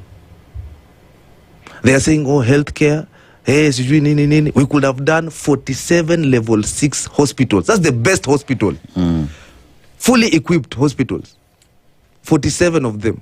There would be one in every county. Yes, at a cost of 7.5 billion Kenyan shillings. All of these things that you're talking about, 4.32 trillion shillings, is the development money that has been collected from and allocated already. But what you're saying now essentially is that we've not felt it. I keep saying that if you put 100 billion shillings in the economy today, somewhere now we'll feel it, right? This is where the problem comes in. The trick here is, and this is why I keep telling people, we have a very smart smart group of people running this country. But the fact that you are smart does not mean you are moral. The fact that you are smart does not mean you'll be a good person, right? We equate smartness to goodness. So this is what they are focusing on. They are focusing on economic growth. What is the difference between economic growth and economic development? This is the difference. Economic growth can be attained without the economy being driven by the people of that particular country. So when you say that for people who don't understand what an MCA is supposed to do, how would you break that down? Let me break it down for you. That you can see roads being constructed, you can see stadiums being built, but it is not you people doing it. The contractor, someone outside this country, the suppliers, people outside this country. I don't know if you get it. I get it. I get what you mean. Yeah. But for you to feel, you see that thing that you're saying, you're not feeling it. Yeah. That is economic development. So economic growth is measured in figures. The one that you say, our economy is growing at what percent. Those are figures. True economic development is now measured in feeling. You can imagine if this 4.2 trillion was circulating in our economy.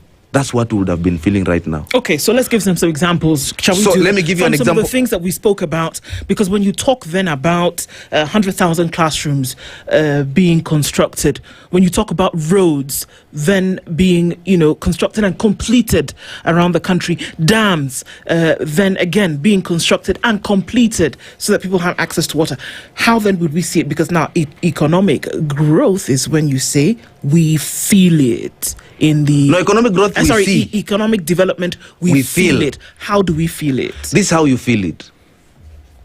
That you abide by what the Public Procurement and Asset Disposal Act dictates. It dictates that for any project that's happening anywhere, 30% of goods and services are supposed to be supplied by who? The people of that. Yeah. The women, 30% the youth, 30% people with disability. So it means if you are seeing something, let's say you are seeing something happening in your locality, but you guys are not supplying anything. You're only supplying, what do we call, this cheap labor. Nyinyi ni watu wa mjengo, right? So let's say something is happening in Kakamega County, but the suppliers are from Nairobi County. So what does that mean? All those monies are going where? Nairobi County. If a road is being built in Kenya, but the contractor and the main suppliers are Chinese, where is that money going? China. So the only way you can feel it is when the contractor is Kenyan. So let's make a direct connection. Okay. All right? The that for the longest time they've been shouting at us, telling us, oh, TVETs, shouting and telling us that we've improved the system, we've sorted out a number of things.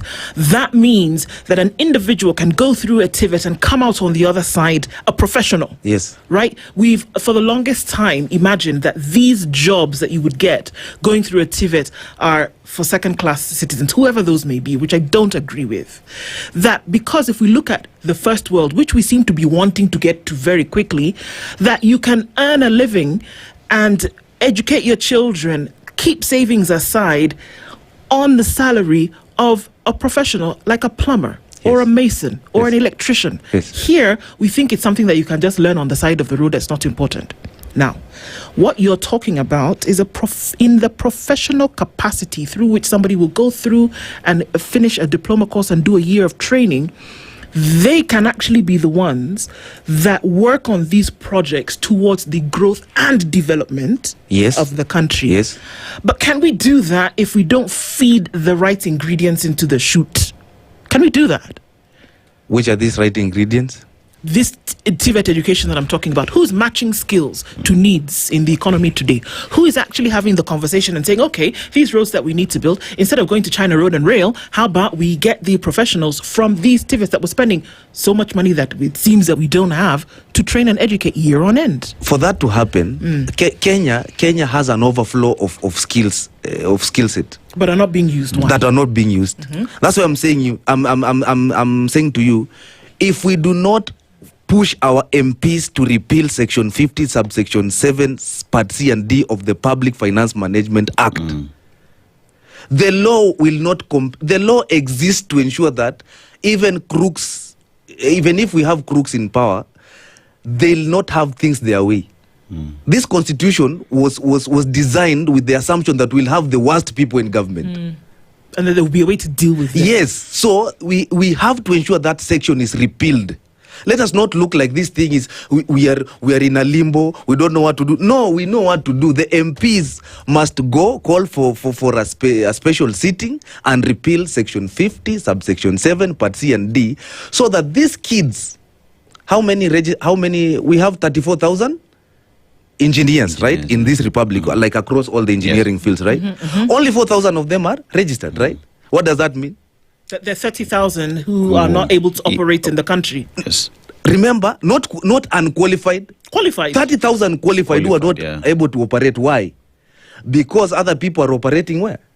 In the country. In our country, right? So unless this Section 50, subsection 7, C and D is repealed, we will change presidents, we will change MPs, we will change governors, and still nothing will ever happen. Because then it is that section that ensure that this money is not coming to Kenya. Remember, if it is not in the consolidated fund, it cannot be accounted for. Yes. So, what I hear you say is, we have a constitution and sections of it that protects the status quo, maintains the status quo.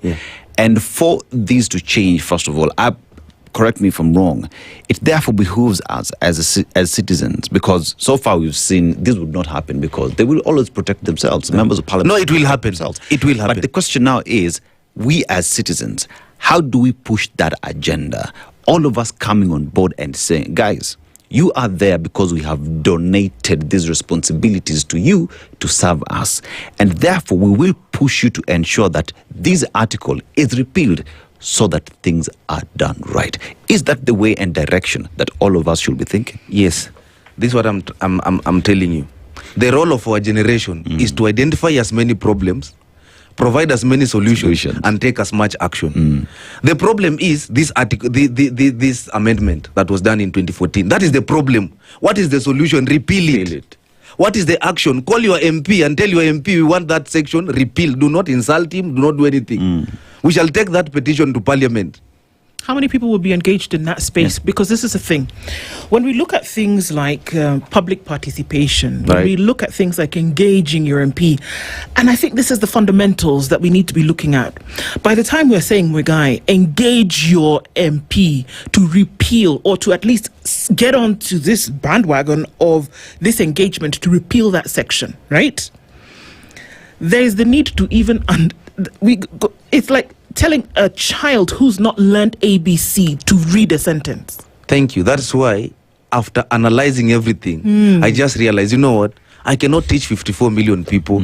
I don't want to be an activist, because activism is the reason why we have not developed in this republic. It is the reason why we are still in sustained chaos. I don't want to be an activist. I don't want to run an NGO. I don't want to do anything that, I keep saying there is nothing. The most governmental organization is an ungovernmental organization. So I don't want those things. I want to continue living my life. I want to ride my bike. I want to enjoy my life in a very simple way. Yes. So how do we solve all these things at once? Like the way Solomon and then Samson brought down the whole thing. He was like, just give me this strength for once. And then I'll bring it down. The only way we can sort this thing is to accept that we have failed. Every other generation before the younger millennials and the Gen Zs and the Gen Alphas let this country down. So what is the solution? Ensure that we take this constitution to school. It will take us 5 years to 10 years. But after that, we'll never have... And we'll never have like bad laws passing. I'll give you an example. Okay. Let me give you an example. This is the Constitution of Tanzania. So I carried it for purposes of proof. I can say 98% or 99% of Tanzanians don't know their constitution, right? That's an interesting number that's been used across Tanzania. Yeah, I know, right? Yeah. They keep, too perfect. Eh? Yeah. If people don't know their law, then a few individuals use the same law to do unlawful things. I'll give you an example. What is the ruling party in Tanzania? CCM. Chama cha Mapinduzi, right? And it baffles me that you have two parties. One is called Chama cha Mapinduzi and one is called Chama cha Demokrasia na Maendeleo, and you still vote Chama cha Mapinduzi. I don't know what is this you are pinduring all the time. You have a party here that is progressive, right? Right. If we do not ensure that our constitution is studied in school, this is how Kenya is going to be.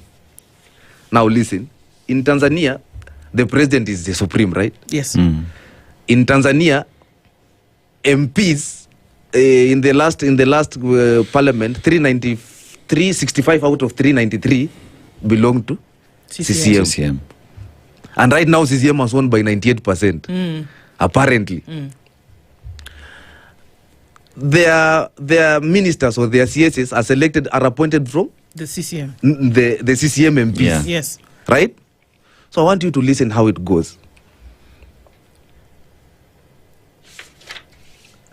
This is Article 5. Article 5.2. Parliament may enact law imposing conditions restricting a citizen from exercising the right to vote. So when I was reading this constitution, something interesting came up.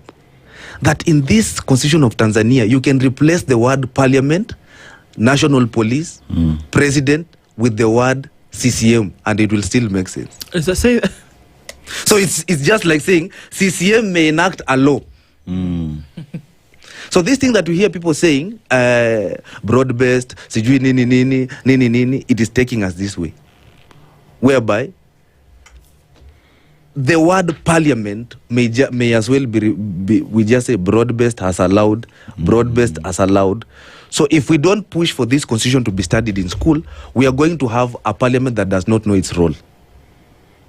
It's going to be a conveyor. Are going to have, but what you've said already, Mungai, that we already have members of the county assembly, members of parliament who are unaware of their role. I remember just a couple of days ago, we had a senator who said, unfortunately, we do things that we don't even know that we shouldn't be doing, or that we do not have the capacity to do, or that it is not enshrined in the constitution that we should do. I don't think we're heading there. I think we're already there.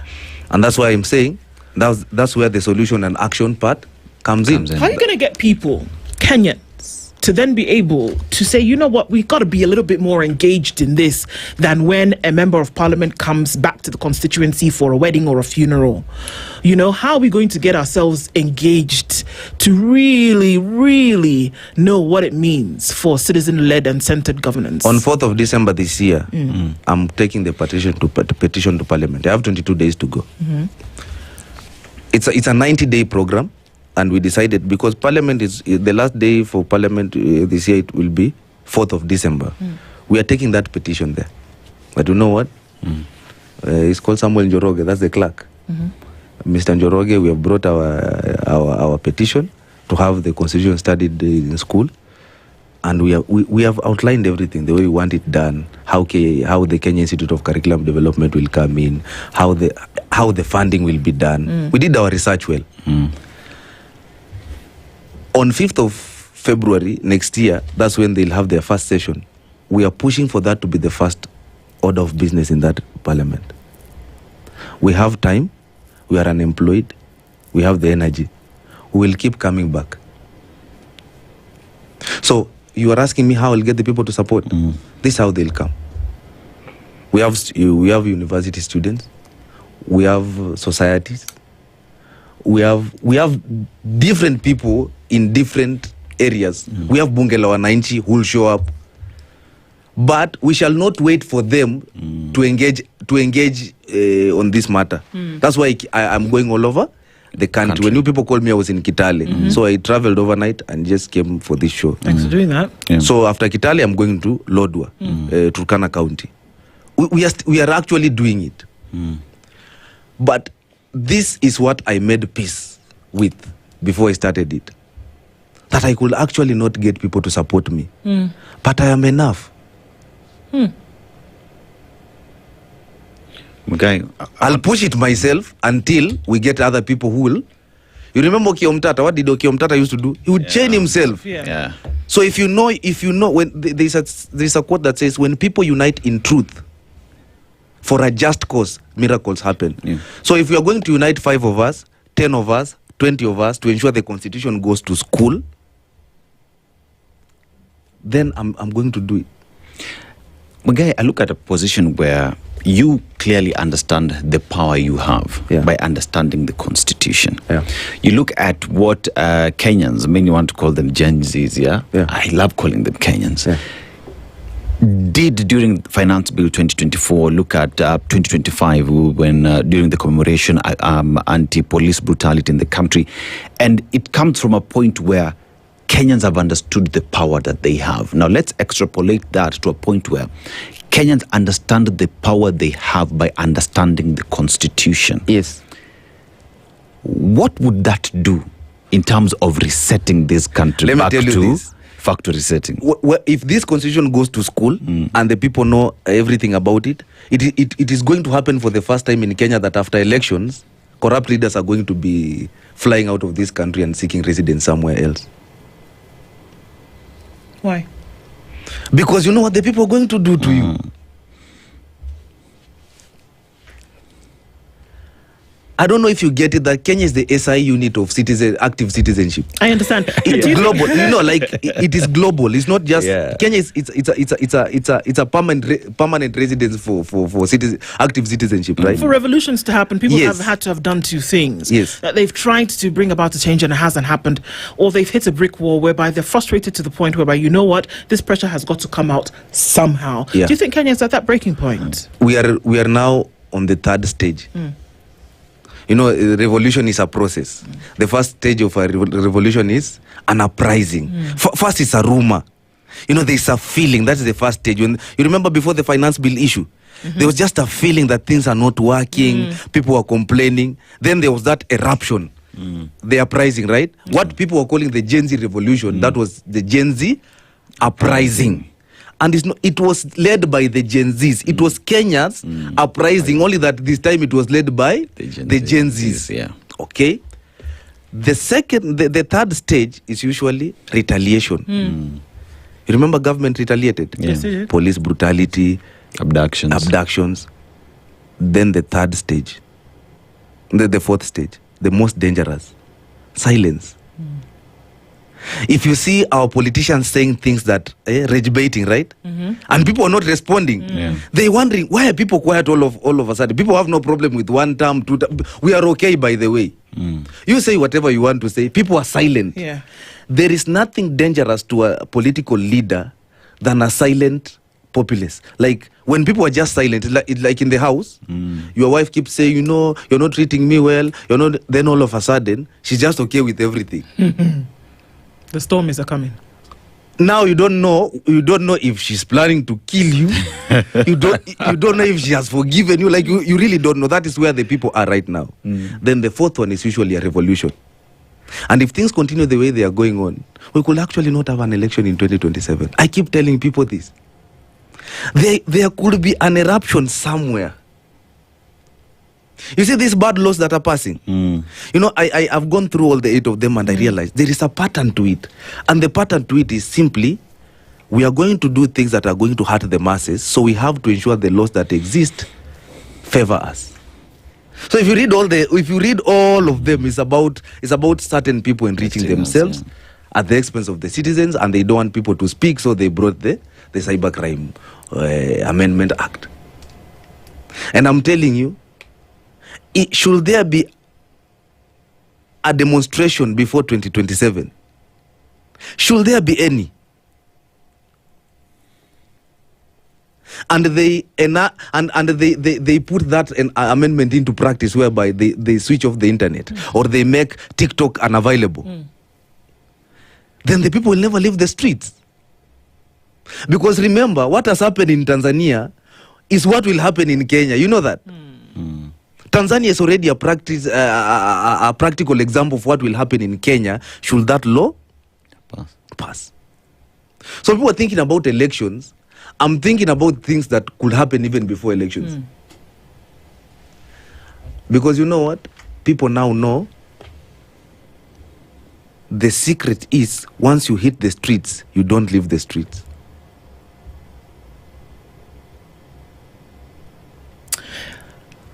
Take the Constitution to schools. From the time that you're young and you're learning your ABCs, your 1, 2, 3s, or the very basic elements of culture, take the supreme law of the land and put it in the minds of children so that they grow up knowing what the law is. I'm going to go quickly to a time in the 80s in the US.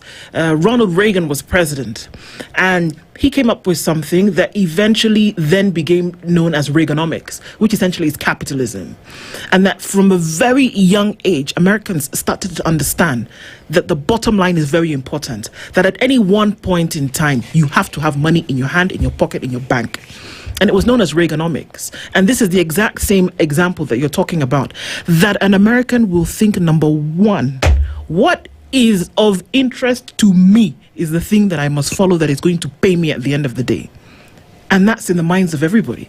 And it seems to work for them because you have a capitalist society that is capitalist to the core, and that they will not lose the almighty dollar for anything. And that guides the principles upon which they, do a lot of things today. But here we are saying that things have plagued the people for too long. And one of those is lack of knowledge. So fix it from the time that they are children. Yes. That's why the petition is very clear. It says that we are demanding that the Constitution be established in our curriculum as a full, mandatory, and examinable subject from primary all the way to secondary and tertiary levels of education. Simply. Because if religion can be taught, if a 4-year-old kid can be taught the existence of God to a point they can pray to a God they have not seen,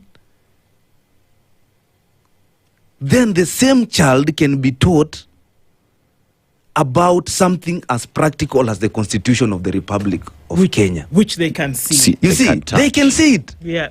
That they should be told. There was a certain thing that was doing rounds on social media some time back, whereby in one of the CBC books, there was these school children who were waving at a helicopter. And they said, that is our leader. We love our leader. And I was like, you are training these kids that's what you require to be a leader. And I was like, this is so wrong. Look at the Muslims. They do it so well. You are first taught the Quran. Madras. And you are caned. It's not a joke. They say, teach your kid the ways of God and they shall not depart from it. So teach our children the ways of Kenya and they shall not depart from it. What does it mean to be Kenyan? To be Kenyan is to know the law. We have so many educated and intelligent people in this republic who are uninformed. Our point of information is the Constitution. He was in Kitale yesterday. He's in the Situation Room today. He's in Lodwar tomorrow and will be at the foothills of Parliament on the 4th of December. But this conversation doesn't end now and continue on the 4th. We'll be having more in the meantime. There's something stirring in the soul, and Nyamweya is not letting it go. And neither should many a Kenyan. Thank you for making your way to the Situation Room today. Yeah. And our hope is that it will not be the last time, but that it will be frequent for us to have these conversations because they're important. Yeah. Thank you for what you do. It's necessary that it's done and that we all work together to make sure that it continues. Thank you so much. Asante sana. There are those who, right now, what we're doing, we are mobilizing resources and support. So also, I want, if you are in the university, if you are in any college, if you are anywhere that can help us get more signatures. The petition is Katiba Shuleni 2026 is on change.org. I think you should put it here as a link so that people can sign it. And also we are making WhatsApp groups for people to help us with the dissemination of information, and we are going to be sending you the copies you print, because that day we want everyone to come with their copy. All right. So that they know we are serious. And we want people from every ward. So I want people to send me or to send us their locations. Just send us on WhatsApp and say, hey, my name is Ndu Okoh, Matisi Ward. Okay. Because we need 1450 people from all those wards who will come up that day with their documents, so that they know we are serious. All right. So my number is 0759 31 88 55. Just send us your name and the name of your ward, or if you are in any university, just send us the nini there, and then say that number again real quick. 07 59 31 88 55. Any kind of support will be much appreciated. Si tuifanye. Kabisa. Tuifanye tu. Mungai, thank you for being here this morning, and we take the extra 3 minutes, well worth it. Thank you so much for being part of Kenya's biggest conversation, the Situation Room this morning. Everybody who tuned in, and you continue to tune in. This is what we talk about every day. Asante sana at 10:03. Good morning. The latest news from around the world. 94.4 Spice FM.